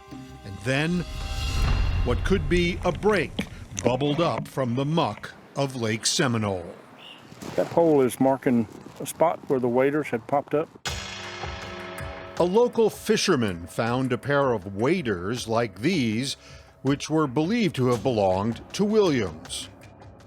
Did it make sense to you that they popped up here? I mean, you would search that area, right? We had searched it many times. Well? Very well. Then, 2 days after that, Mike's fishing jacket and his hunting license were found at the same spot, along with a flashlight. But Williams was still missing. His wife Denise was raising their 2-year-old daughter alone. Denise was a doting mother, the pride and joy of her life. But Scott Dungy says now that Denise was a single mom, money was getting tight. I was helping her with some of the items that needed to be sold and to generate some cash until the insurance money came. And there was a lot of insurance money involved. Williams had 3 policies worth more than $1.75 million. Mike wanted to make sure his family was taken care of because Mike hunted and fished and did some pretty high-risk activity, and Clay really encouraged him to load up. With her expenses reportedly mounting, Denise went after the insurance money quickly. While the search itself is still going on, while he is still actively missing, they're still actively searching for her, she is going and filing a claim against his life insurance. Jennifer Portman covered this case for the Tallahassee Democrat. She was a consultant for 48 Hours. She was really ready to accept the fact that he was missing and presumed dead very early on. But the state of Florida was not. According to Florida law, since there was no proof Williams had died, he would not be declared dead for 5 years. Denise did not want to wait that long to collect on Mike's life insurance. How much time did it take in this case? It took 6 months. It was very fast, abnormally fast. That's because Denise's attorney argued to a judge that the waders, the vest, and the hunting license were proof enough that Williams was dead. The judge agreed and issued a death certificate. Cause of death? Accidental drowning while duck hunting on Lake Seminole. Body has not yet been recovered. Based on that, and that alone, was what got him declared dead. Pair of waders and a fishing license and some other stuff. Yeah, exactly. The case of the missing hunter seemed closed and was soon forgotten by almost everyone, but not by Mike's mother, Cheryl. Did she believe that her son drowned in Lake Seminole? She never, ever believed that her son was in the lake. And she was absolutely committed to finding out what happened to him. It's never out of my head. Where is this child? Cheryl caught the attention of the local news. He may be dead, but he's not in that lake. And if somebody did hurt my child, I want him found and I want him punished. Cheryl started keeping notes of everything, copious notes of all of the, strange things that were going on. She eventually filled 27 single-spaced pages with lots of unanswered questions like, what made the waders float after 6.5 months underwater? Her notes ended with a plea to anyone who would listen. Please help me find my son. She was trying to basically compile all of this evidence that she could find and trying to get it in front of someone who would listen to her. Well, did Denise help her? Oh no, Denise completely cut her off. Denise was adamant, no investigation. She threatened to withhold Cheryl's granddaughter from her? Correct. She said, if you continue to press for this investigation, You will never see your granddaughter again. So what did she do? She took the energy she would have spent loving on that child and tried to find her daddy. Cheryl pressed on and started poking holes in the official version of what happened to her son. For years after Mike Williams disappeared, there was a theory that the reason his body was never found was that he had been eaten by alligators.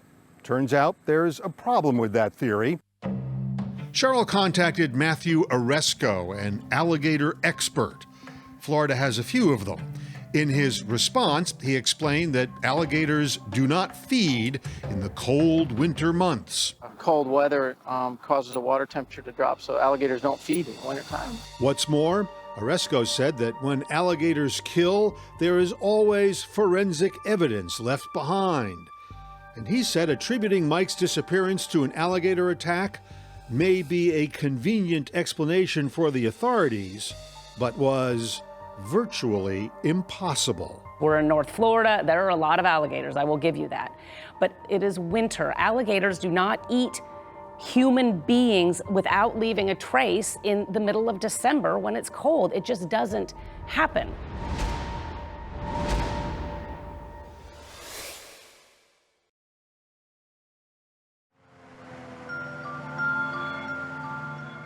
If not for Cheryl Williams, there's no way that we would know where Mike Williams was or anything that ever happened to him. She was the driving force. Cheryl Williams knew because an expert told her that her son was not eaten by an alligator. But she did not know much else about how he vanished. One of the things that has been so difficult about this case is that there was an absolute lack of physical evidence. You didn't have a body, you didn't have any of these things that maybe could point you towards something. But Cheryl had something, those 27 pages of detailed notes. In 2004, 4 years after Mike disappeared, Cheryl's campaign finally caught the attention of the Florida Department of Law Enforcement. Investigators met with her and then launched a multi-agency investigation. When did you first begin thinking this was a crime? The first night we talked to Miss Cheryl. At the time, Derek Wester was with the Jackson County Sheriff's Office. He was part of the investigation. She had it all broke down, and then as she's relaying this story, all these inconsistencies start adding up. Do you remember what some of those inconsistencies were? The insurance. It was Mike's 3 life insurance policies that caught their attention, particularly the last one he bought, not long before he disappeared, worth $1 million. How did Mike Williams end up with that $1 million life insurance policy? Who sold it to him? Brian Winchester sold him the $1 million life insurance policy about 6 months before he went missing. Brian Winchester was an insurance agent. He'd been Mike's best friend since high school, where, like Mike, he met his future wife, Kathy Aldrich. And from then on, the two couples were inseparable. You know, they did literally everything together. They went out to dinner together. They bought houses at the same time. They got married at the same time, had babies at the same time. You know, they were very close. Brian Winchester was in the insurance business. He was. So it's not that odd that he would sell his friend an insurance policy? No, it's not. I mean, just the timing of it, in retrospect, looks a little weird. That wasn't the only thing that started to look weird. Those waders that popped up in Lake Seminole surfaced just as Denise Williams needed proof that her husband was dead in order to get the insurance money. How many days before the court hearing these waders popped up? Less than a month. I mean, it was really close. They had supposedly been submerged in the lake for 6 months. These waders was in very good shape. They were also not slimy. And what did that mean? They had not been in the water very long. So you looked at that stuff and you thought to yourself, what? Planted. It was planted. Yeah. No one could say for sure who planted it, but as time passed, Denise Williams and Brian Winchester started attracting attention and some suspicion. Because years after Mike disappeared, Winchester divorced his wife Kathy. He began dating Denise, and then he married her. We went to the wedding. Was she a suspect in your mind at that point? I think in mine I was, yes. The minister at some point said, I've counseled with this couple and they have no secrets I don't know. And Clay and I both went. We kind of nudged each other like, well, there might be this Just a one few. little secret you don't know. All these things start becoming like clear that we've got the insurance. Now we've got the waiters. We've got the alligator theory being busted by the experts. So as they're building their case, they talk to people, they start getting somewhere. One of the first people investigators talked to was Denise Williams. There's no emotion. There's no softening up. There's nothing. I mean, she's just matter of fact and cold. But Brian Winchester had much more to say. He offered detectives an alibi for the morning Mike Williams went missing. He said he was 60 miles away from the lake, in bed. Brian tells us that he was going hunting with his father-in-law and overslept. You know for a fact that Brian was not telling you the truth then. Winchester could not have known it, but detectives already had a witness who said he saw Winchester that morning at Lake Seminole. I know the man personally. I mean, I've known him all my life. And I composed a lineup and I took it to him. Joel says, well, he wasn't smiling like that, but that's him. And he pointed to Brian Winchester. And he had seen that same man, he said, when? That morning. There was one more thing Winchester didn't know. Police were talking to his ex-wife, and she told them Denise and Brian might have been having an affair for years before Mike disappeared. There was definitely a suspicion that him and her were having an affair well before that December. While Denise was still married to Mike? Yes. The plot was sure thickening, but investigators still weren't sure what the full story was. After 2 years, the FDLE hit a wall, but Cheryl Williams, who had been fighting since the day her son disappeared, was not giving up. And it's horrible not knowing what happened to him. She was very, very, very frustrated with FDLE and felt that they were not doing their job, they weren't trying. So she picketed, she would have signs made and walk up and down in front of the church. Every year she would have billboards put up around town. It showed a picture of Mike and missing, and if you have any information, who's to contact. And she went after the governor. She wrote the governor a letter every day for 9 years. In fact, the governor received 1,472 letters that we know of. Her suspicion was always with Brian and Denise, more so with Denise. The two people who were considered most likely suspects were together, and unless one of them turned on the other, you were never going to find out what happened here. Did you think this case would get broken? Not until I found out that they were having marital problems. They turned on each other like rats in a sack.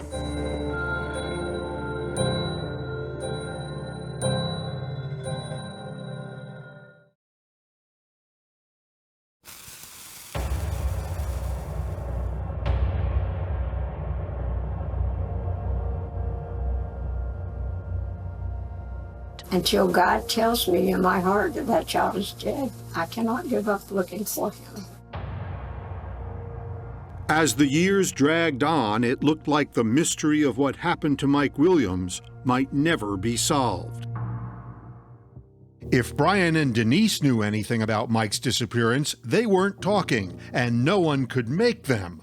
By Florida law, as long as they stayed married, neither could be forced to testify against the other. With Brian and Denise being married, how were you ever going to get the truth? Because one is not going to turn on the other.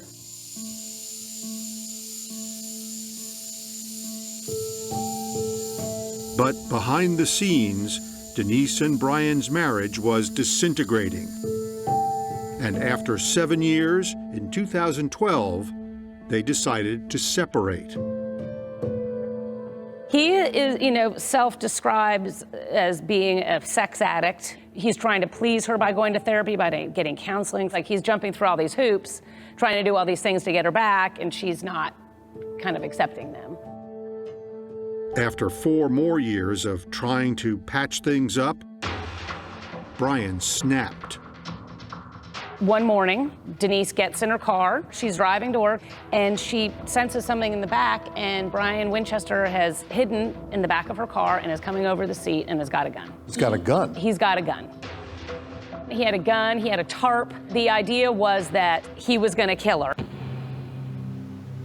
He's screaming and I'm just like shaking, and he's telling me to stop crying, that people are gonna notice. Denise reported her kidnapping to the Leon County Sheriff's Office. I was like, are you planning on, ending both of our lives today? Well, mine. I'm planning on mine. And then he would say, I want to kill myself. He must have said a million times, I want to kill myself. Brian Winchester was soon arrested and charged with the kidnapping and aggravated assault of his wife. I was just kind of agreeing with whatever he was saying. And I was like, I know that you love me. And Police quickly realized that the rift in Denise and Brian's marriage presented an opportunity. A tag team of detectives arrived to see what they could get out of Denise, to see if she would now flip on her estranged husband and talk about his involvement in Mike Williams' disappearance. I know, Denise, he did it, and you know exactly what I'm talking about. And he was going to do it again. Tallahassee detective David McCraney tried. He wasn't going to kill himself, Denise. He was going to kill you so that you couldn't talk about him later. That is the truth. McCraney turned up the heat. 15 years ago, he walked in and told you he had done something. Didn't he? no, Denise, no. you have got, this is not going away. Okay, he's going to kill you. He's either going to kill himself because he's got no other avenue. But Denise did not budge. My name is Mike Devaney. I'm at the Florida Department of Law Enforcement. So Special Agent Mike Devaney came in. He'd been working the Williams case for years. Do you think he's responsible for Mike's disappearance? I do not, and I never have. I would have never married him if I thought that. I mean, in my mind and in my heart, no. She wasn't giving up anything. She was giving up absolutely nothing. Where do you think Mike's buried? Oh, I have no idea. Any speculation on that? On where he's buried? Buried. I mean, I believe. You don't really believe he died on the lake? I do. Why? I just always have. That's what I believe. That was her story and sticking to it. That left Brian as the only possible source of information in the Williams case. He was facing a long stretch in prison for the kidnapping, but there was no word about what, if anything, he would say about Mike's disappearance. We're here in the state of Florida versus Brian Winchester, 2000. 16 months later, Brian pled guilty to kidnapping and assaulting Denise and appeared in court for his sentencing. We had a plea, and we weren't sure what the government was going to ask for. He was crying at times. He apologized. Tim Jansen is Brian Winchester's lawyer. We had indicated we want 15. The state gets up and asks for 45. My client would like to address the court. Certainly.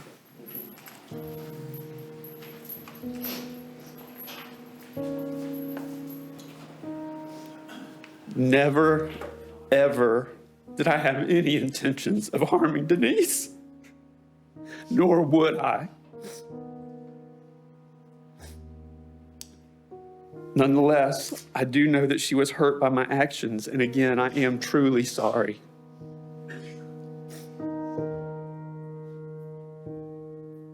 Start by stating your name, please. Denise Williams. Denise showed up at the sentencing. What was she like there? What did she want? She wanted him to go to prison for the rest of his life. I start each day with the memory of him jumping out of the back, and I end each day feeling the gun shoved in my ribs when I turn on my right side trying to sleep. She was scared. She was compelling. He will finish what he has started, no matter what age he is when he's released. Most people in the courtroom were pretty stunned by it. It was pretty powerful. I'm asking you to sentence him to life in prison for the crimes he has committed.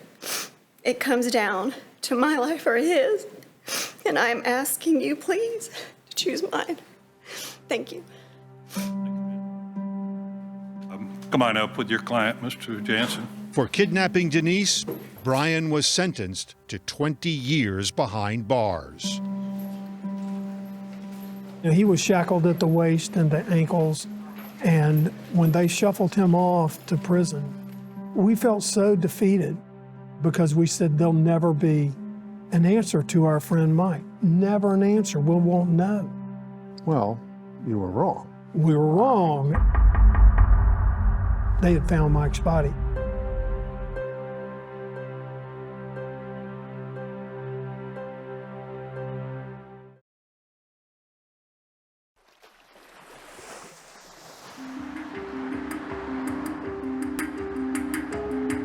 This was so huge.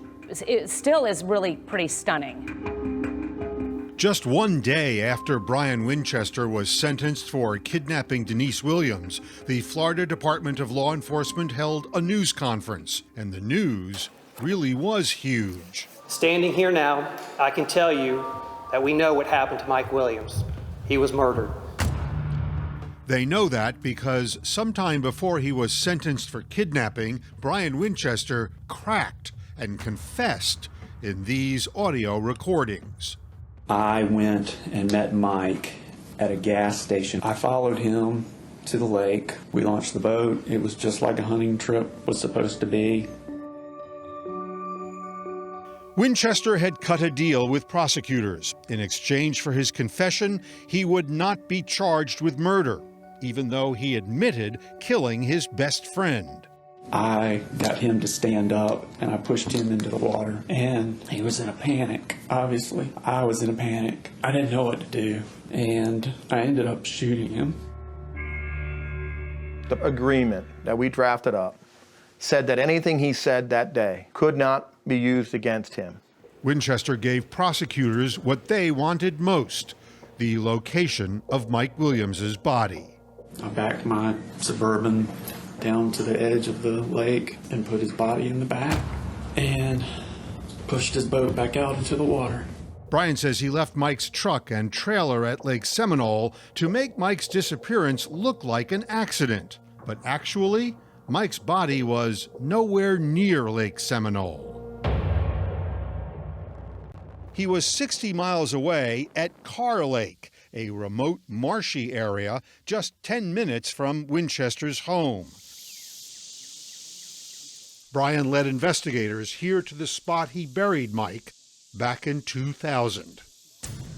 And they commenced what FDLE told me is the most extensive search they have ever undertaken in the history of the agency. The search uncovered Mike's skeletal remains and his wedding ring, among other things. And there was horrifying evidence of what happened to him. And what they were able to show very clearly was that he had been shot basically at point blank range in the face with a shotgun. This was up close, personal, deadly, Yeah. and gruesome. Yeah. And Winchester provided one final piece of the puzzle.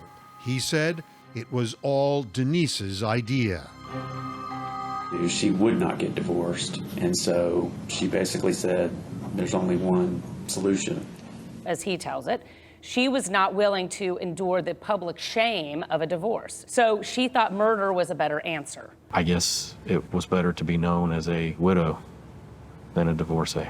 Wow, that is incredibly cold. And wouldn't it be great if we also, oh, by the way, collected, almost $2 million in insurance?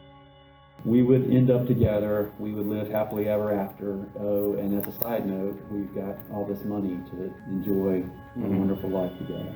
The happily ever after part didn't work out so well. In May 2018, 5 months after the discovery of Mike's body was announced, Denise Williams was arrested and charged with first-degree murder, conspiracy to commit murder, and accessory after the fact. It was a very bizarre moment. And she said nothing, and she didn't look at anybody. She just looked straight ahead. It's a bittersweet feeling. You are so thankful that she has been outed for the true person she is, but it doesn't, you're still left with the same result. Even though you saw her led away in shackles? And an ugly dress and hair that needed a dye job. I gotta tell you, that felt pretty good to me. Because I know how important appearances are to her. She didn't do it. She had nothing to do with it. She's completely innocent. Defense attorney Ethan Way is representing Denise. Did she know about it? No, not before, not during, not after. You are very confident. I have an innocent client. It's the best kind.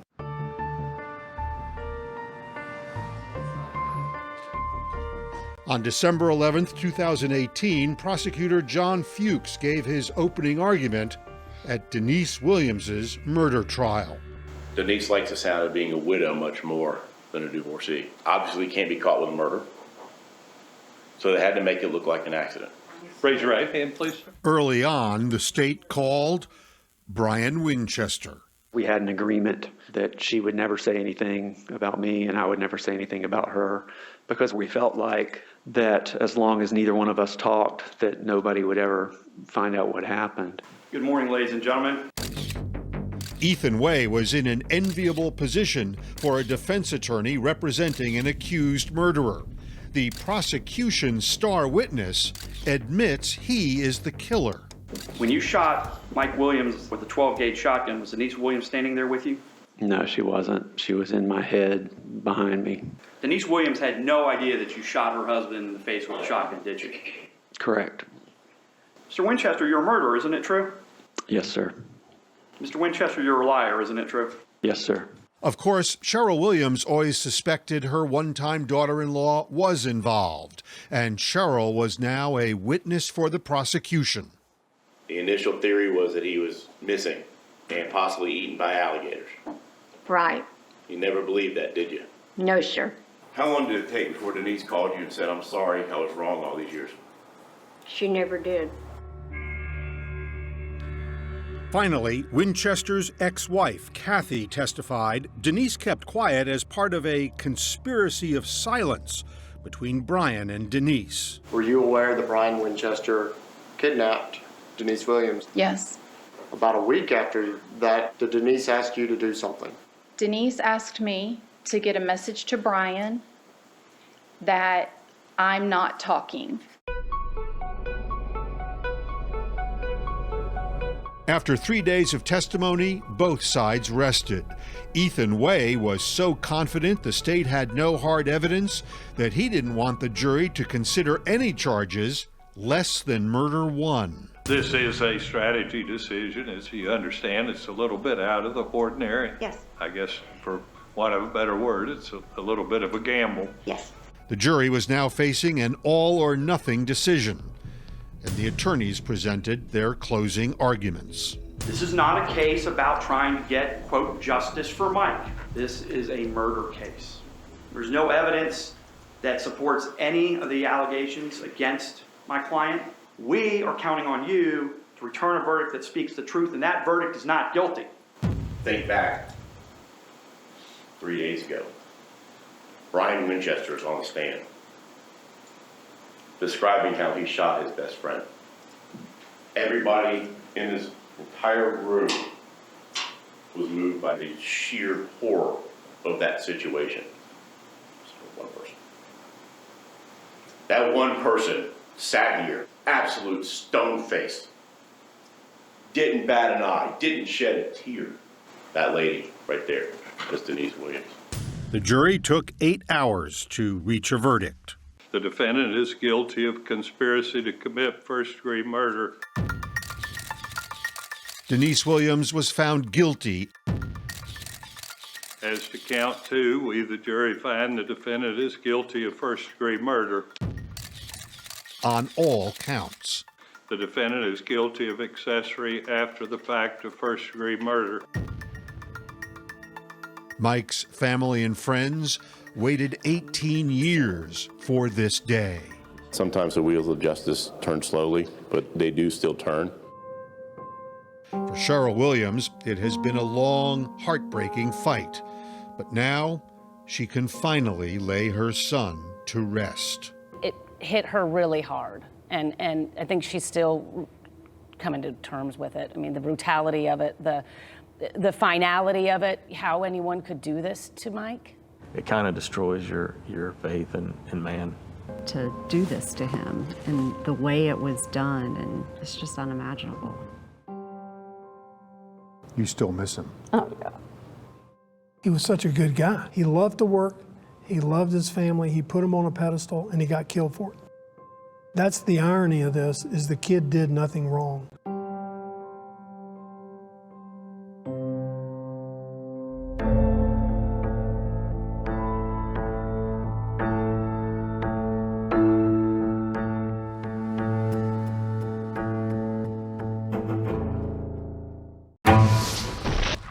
He knew he was going to be murdered. You don't win, Spencer.